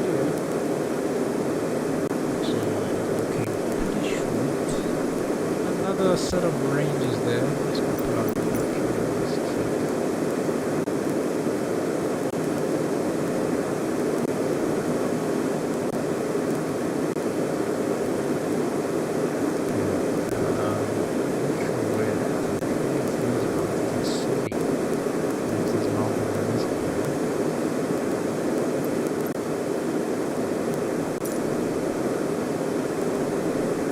Like a nature reserve or something.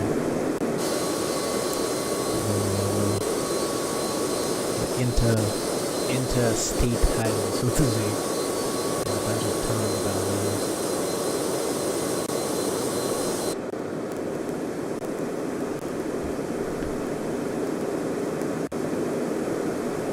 Okay, approaching position Garen, and then we'll turn towards Okbel. 1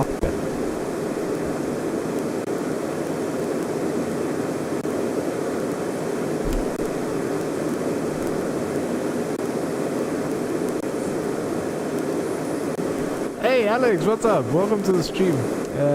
Yeah, I'm out here trying to get to Dar-Es-Salaam, and of course we just leave it on autopilot and just throw in a movie. What else are you gonna do? Thing is though, I don't know if my PC will handle a movie and this game, because it's quite heavy. If I pull up my task manager right now, my CPU is running at 100%. My RAM is almost full, so I need to upgrade those two. The GPU on the other hand is not even breaking a sweat. It's at 20%, so it's not even feeling a thing.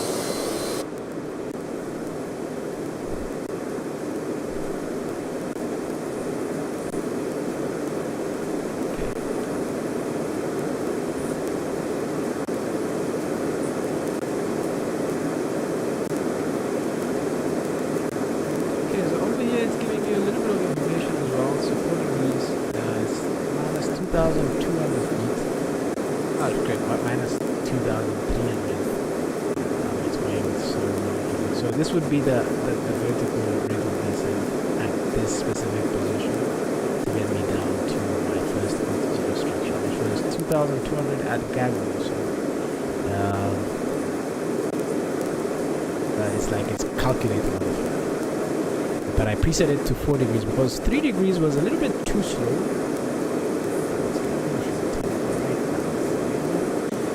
Yeah, because I set it 3 degrees initially. If we go to performance, VNAV setup. So if you come over here to your descent, so the path angle, I set it to 3 degrees, but it was a little bit too slow, and I would end up descending very slowly. So what I did is I set it to 4 degrees, and that puts me around 200-ish knots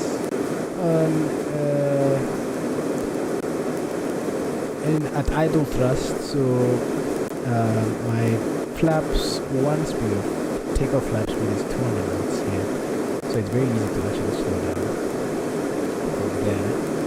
And then my landing flap I think is 160. So once you throw the gear down, everything just like it just slows down. Plus I also don't get to waste a bunch of fuel keeping that power in that I actually do not need.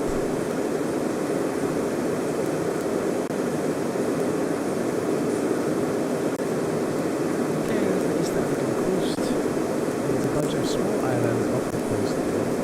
Not sure what island those are, but there's another set of islands there. I think that is the... I'm getting my high school geography. Yes, so this is Zanzibar. I thought it was Tanga, but Tanga is actually a town. Yeah? Oh, whatever this is, Chaki, whatever it is. But that's the island. Then we head into Dar-Es-Salaam.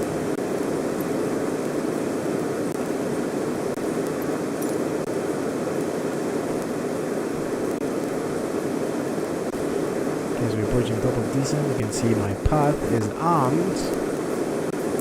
Okay, so the color code ingredients, anything engaged, and white is armed. And then magenta has to do with autoflight, so to say.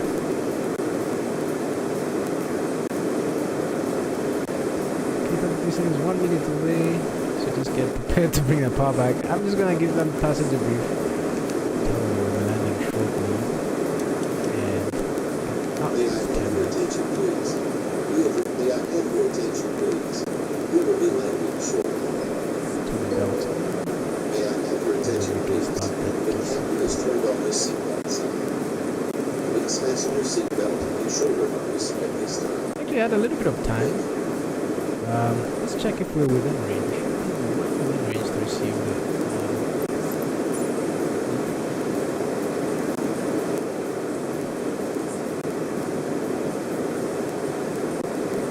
Yeah, it's showing call 2 now. Otherwise, that's right. Can always keep.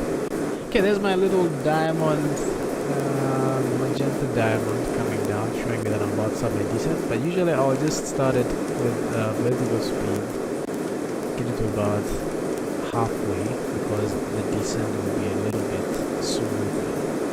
Otherwise, it will chase that vertical speed and try to chase the wheel. Now you can see it's just captured the wheel.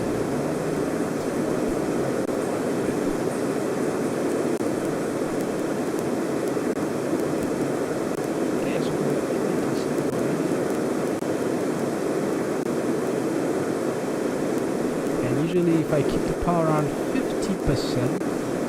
or so, it holds my my speed for me quite well in the descent. But 3 degrees will be about 70%, which is quite a bit. Actually no, quite a lot more than I would have wanted in the descent.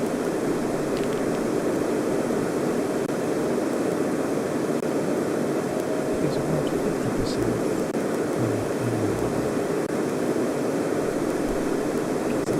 Fast now. I think I'll bring it about 40%. Otherwise we're gonna be redlining it down there.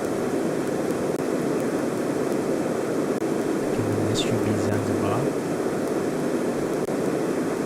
Looks like a nice place to go. I've just seen pictures of it online and it looks very nice.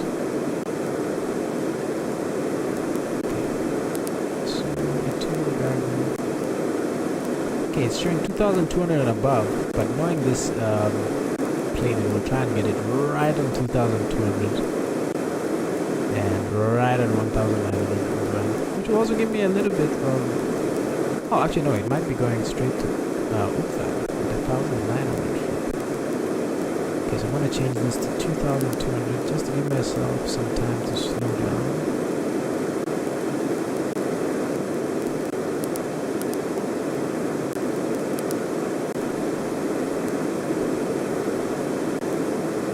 Then we'll have 6 miles to descend to 1,900. Should be about right.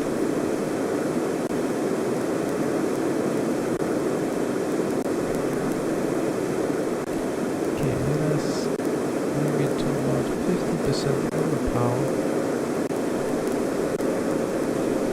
And once we're at 50%, it should hold about 270-ish.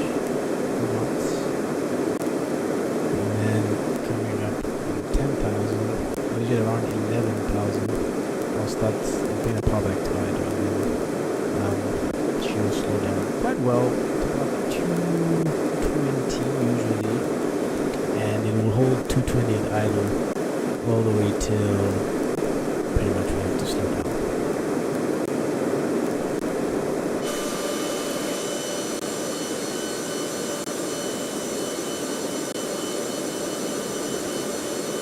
Okay, once again, you see the flight sim is trying to be phony here, trying to fake the ground here. Actually, it does it very well in this situation, but it kind of matches the actual terrain and the landscape here. And then you can actually make out the cloud outlines in some of the satellite photos there.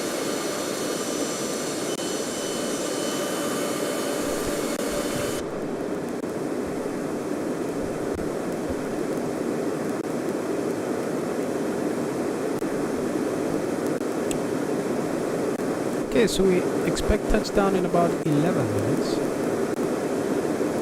Might be a little bit longer than that, but 11 minutes is alright.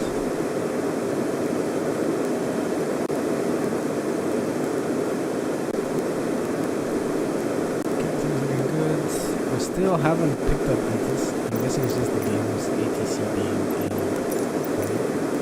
The 190 is tuned.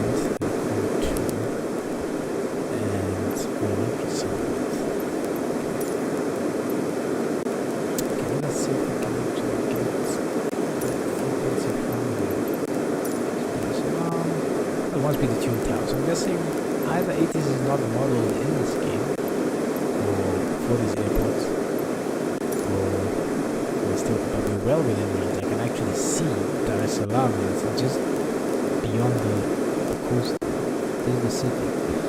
So I wonder why we cannot actually pick it up. So I guess it's just it's actually modeled. That hasn't had modeled. It is modeled yet.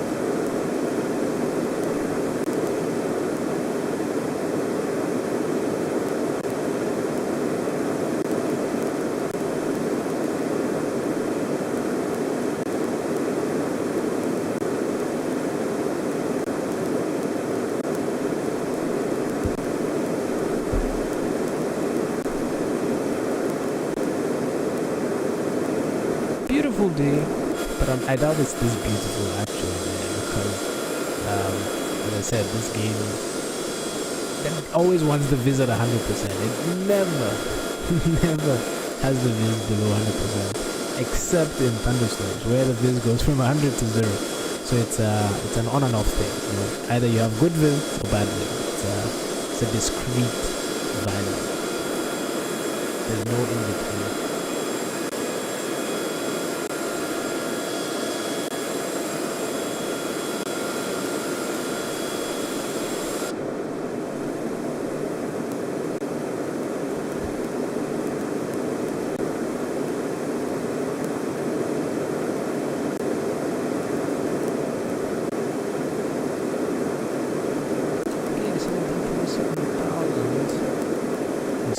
Quite a while. Let's see what the nearest airports are here. I think we have to go. Oh, there's HT&T. It's about 5 miles, so we just do a what's it called? A 360 and land.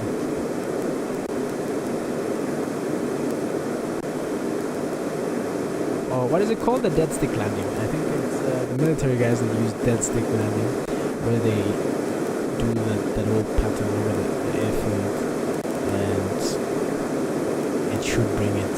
I mean, I don't know how they do it, but that's what it's called. I think generally that's what a landing on a pole should be called, like the slang for it. That's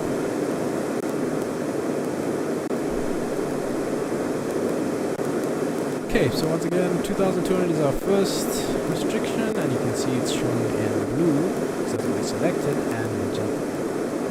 So these are the selected ones. So minimums is also in the blue. 1013 selected at the moment. At 3,000 we'll change it to the QNH, which in this case was, let's just check here, was 0.04. So I'm just going to pre-select that just so I don't forget.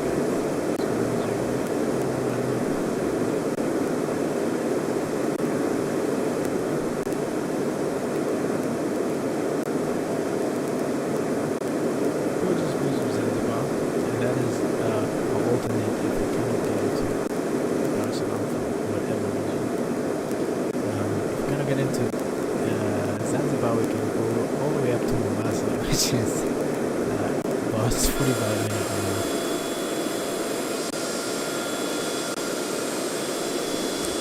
As I said, nothing beats flight simulator when it comes to scenery, because this look at that.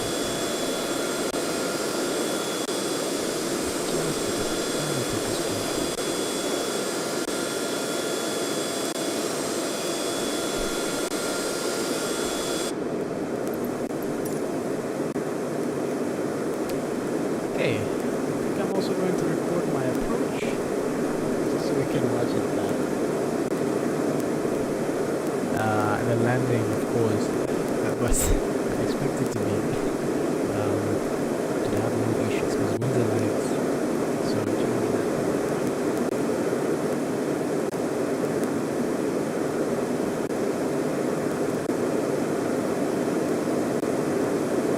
Okay, so 50% is giving us about 280. I think we'll creep up all the way to about 290. And then about 11,500-ish or so, we'll just close the power. And once we bring it all the way back to idle, it should give us pretty much about 220 knots, judging by the weight right now.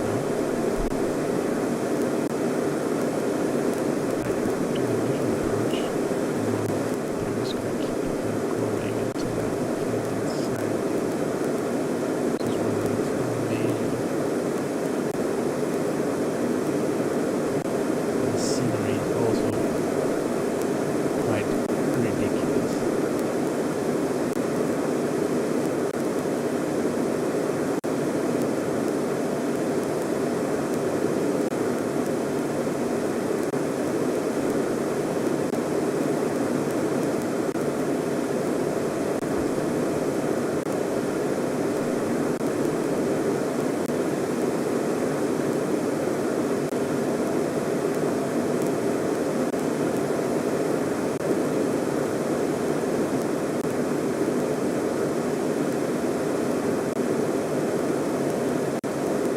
Okay. Well, it's time to go to work now. Right? We enjoyed the view, now it's time to get the speed around.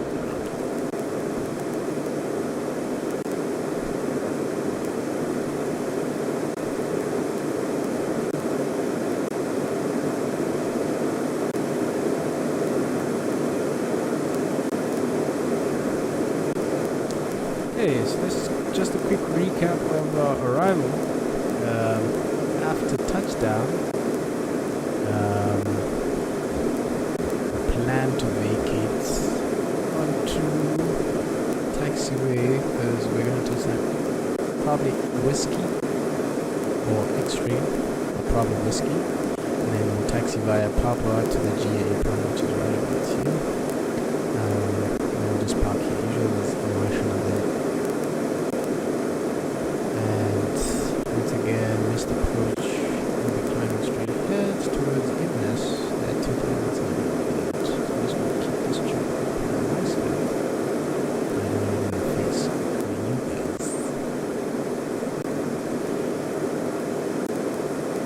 Okay, there we go, about 12,000 feet. I'm going to bring that power back to idle. Usually 12,000 is a little bit too much.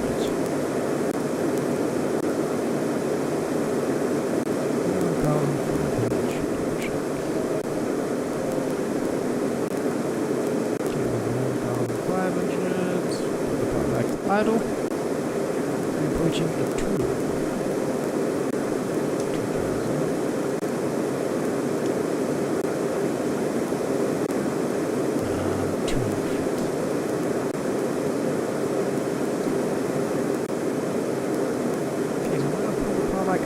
Later. I think it's because we're a little bit heavy, it's having a little bit of trouble slowing down. So let's pull a little bit on the speed brakes. Just to get us down below 250. So should I pull it back around 12,000? Okay, I think come on, seatbelts are right on. Now this aircraft has an automatic has a speed limit. I've tried to change the speed limit, but it doesn't. Below 8,000 feet, you cannot go above 260 knots, and it's just hard coded into the aircraft, so you cannot cheat. These days when I was like, I was running late for an online event, I actually had to cheat, but I didn't have the aircraft. I couldn't do it because the aircraft was late.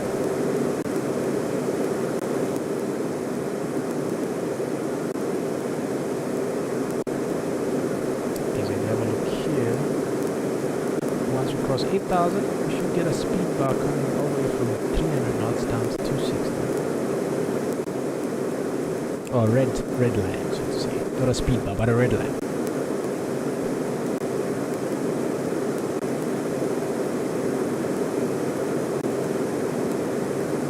Okay, that's 8,000. Okay, there's your red line. And you cannot go above that speed. I mean, it's physically possible, but the aircraft is going to keep shouting at you until you slow down. I tried to go into the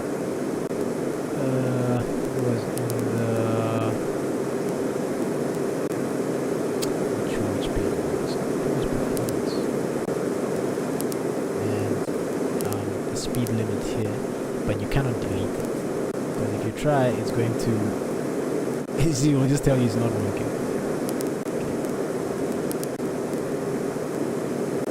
Okay, so we're about 220 knots. That's usually where it puts us with regards to speed and idle power. And then once we level off at the too low, we're going to have a very shallow descent down to Gagwa.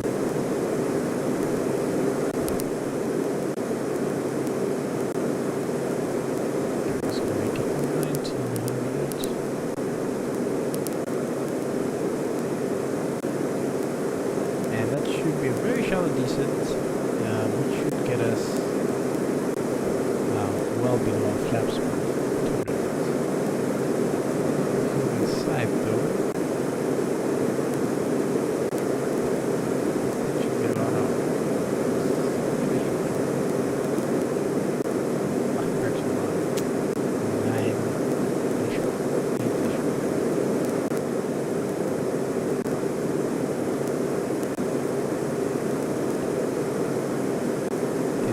way higher than we should be.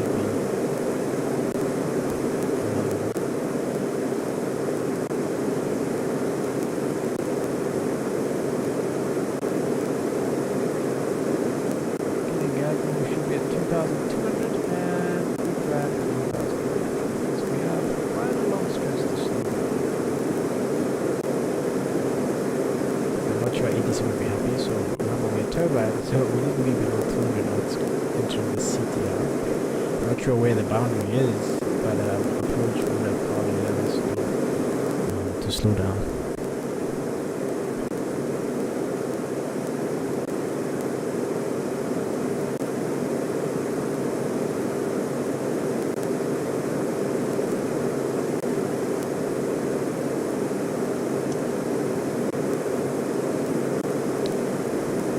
Okay, we're approaching our transition level.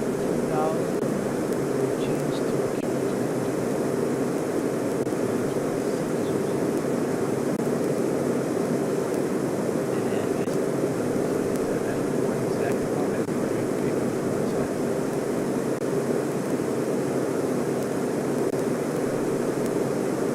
altitude. There's 3,000, we're gonna set it to kh. That's 1.5 actually. Now tuning into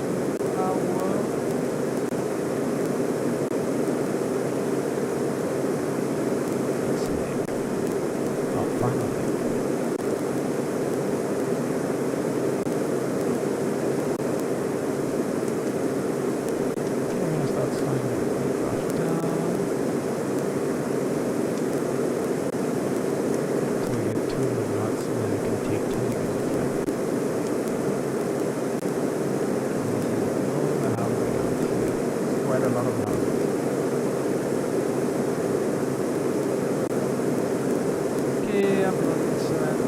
Disconnect the autopilot and let us have some fun. Autopilot. And we can make a plan. Okay, 1,900 by we already have our final approach speed. Our approach speed of 110 knots. Final approach of 100.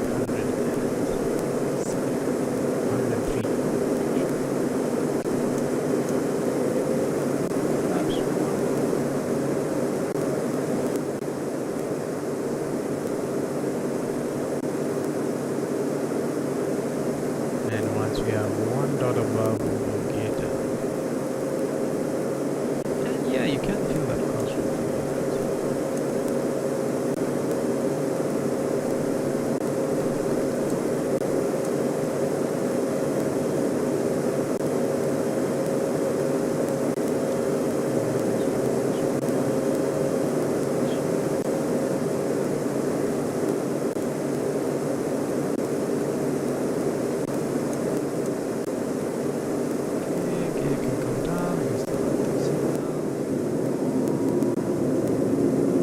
And we're expecting final approach speed of about 110 and a rating decent of about 600. Okay, so we'll just see how it goes.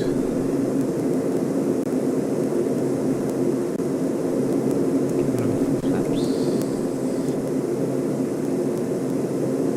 Okay, before landing gears down, flaps. We don't have pitches, we don't have props. We're gonna pitch for 110 knots. There's the outer marker.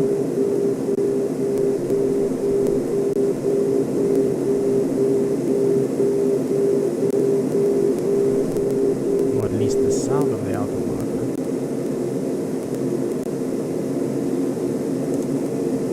Okay, there's 110 knots.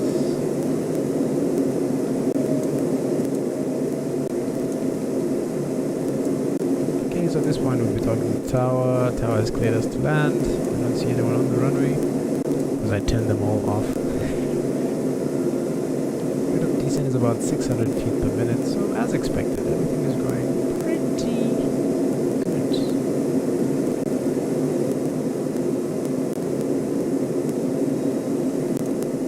Can't even You see the little angle of attack indicator on the dashboard there.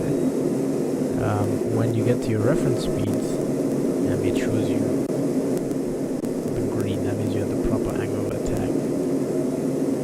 That's slower than we should be. There we go.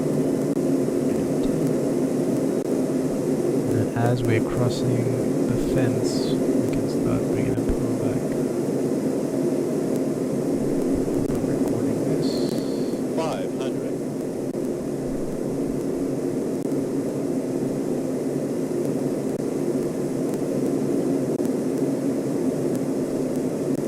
Minimums. Well, we have the runway inside. Obvious.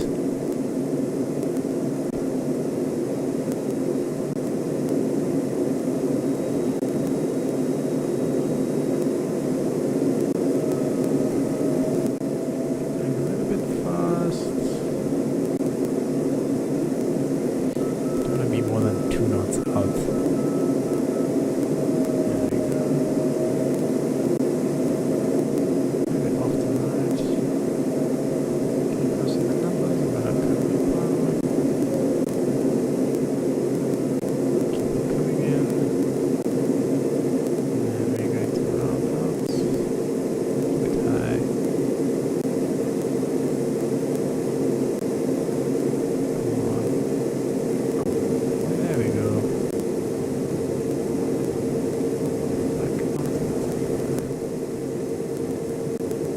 Okay, now normally in the actual aircraft you would be touching the speed brakes now, but I don't want to go down there. Yeah, it looks like we're vacating onto whiskey as expected. Okay, so bringing up the charts now.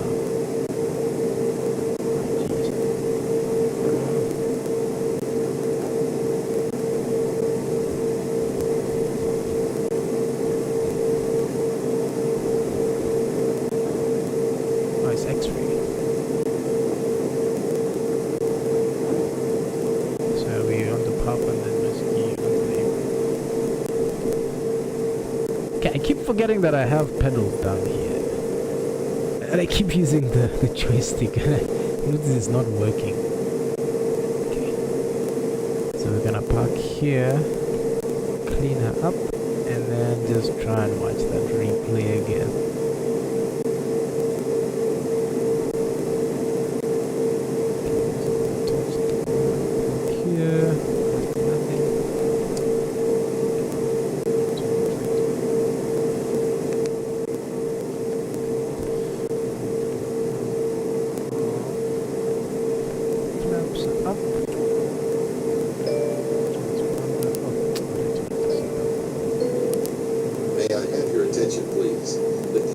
Turned on the seatbelt sign. Please fasten your seatbelt and shoulder harness at this time. Okay, let's see that landing again. Thank you. I want to see that. I'm very keen to see this. Landing gear.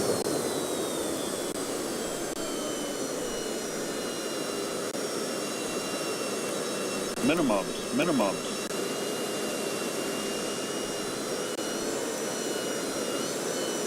Unfortunately, there's no power in this thing.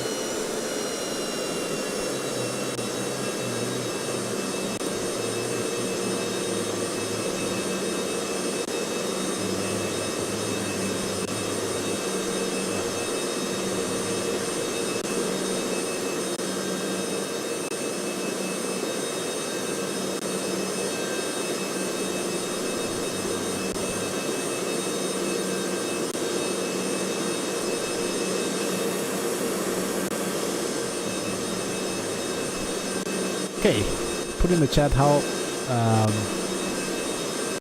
good you think the landing will be out of 10. Let's see what people actually think.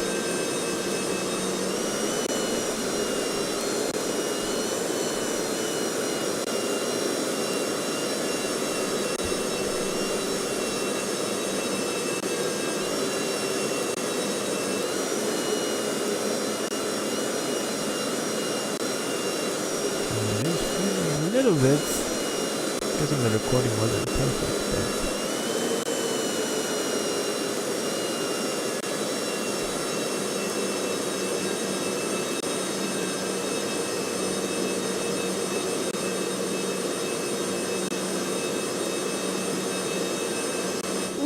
that was this close to being butter.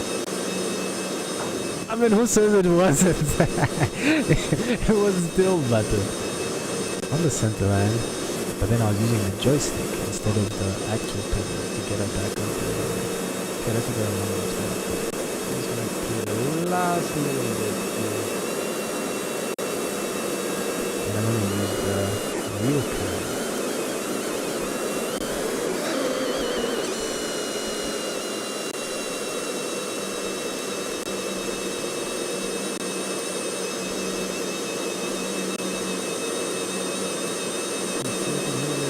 Oh, that was so close. That was interesting now.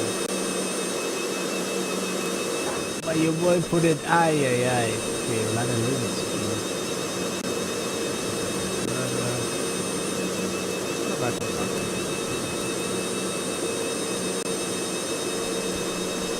Alrighty.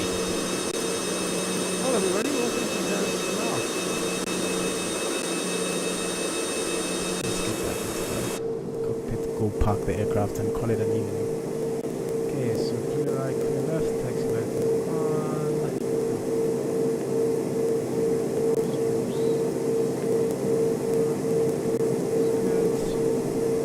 Let's go.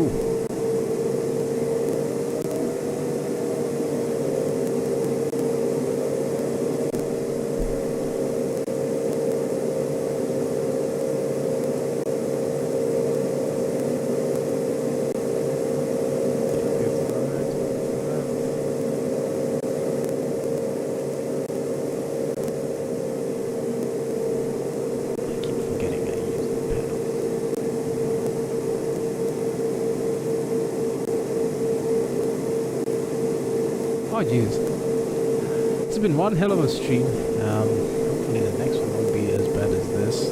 I'll try and get everything sorted out. It's just that it's been a while since I was streaming it, and I had so many issues you cannot believe. First of all, the internet became a problem for some reason. The router was misbehaving. So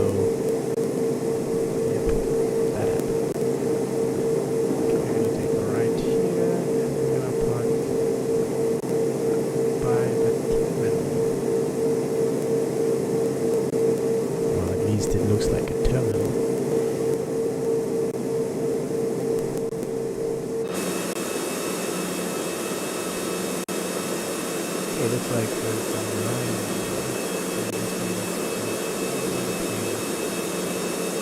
Edited out by the AI.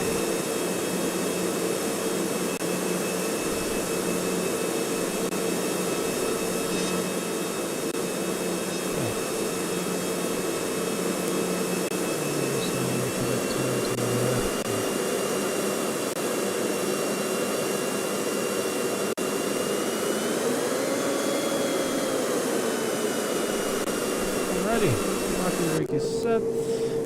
Shutdown is going to be everything from left to right again. So this comes up, that comes up, that goes up, that goes up. Flaps up. Everything is the way it needs to be. And then we shall shut down the engines.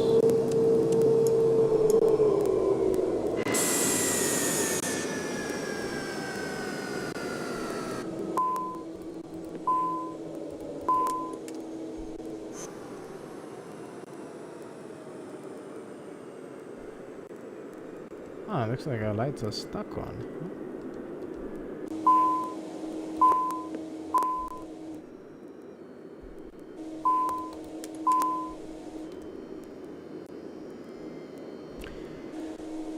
Okay, and once our engines are shut down, we can turn the battery off.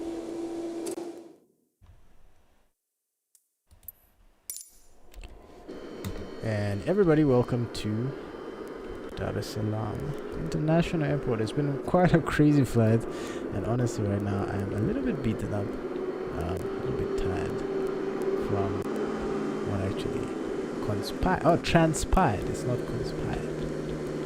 Okay, and I'm just gonna take a picture for the thumbnail here, and then we'll call it an evening. So once again, tomorrow I'm gonna try and do look like famous, the most famous airport in the world, if not. And I'm gonna try and get that done tomorrow. So please be sure to stay tuned and then we can hopefully see, because the last time it was quite messy. Okay, so let's just take a screenshot quickly. There we go. Right. So I'm gonna leave you with beats of mine, and hopefully you enjoy this. If you like this stuff, like, share, subscribe, let the channel grow, and I'll see you guys next time. Okay, enjoy the beats, or at least try and enjoy them.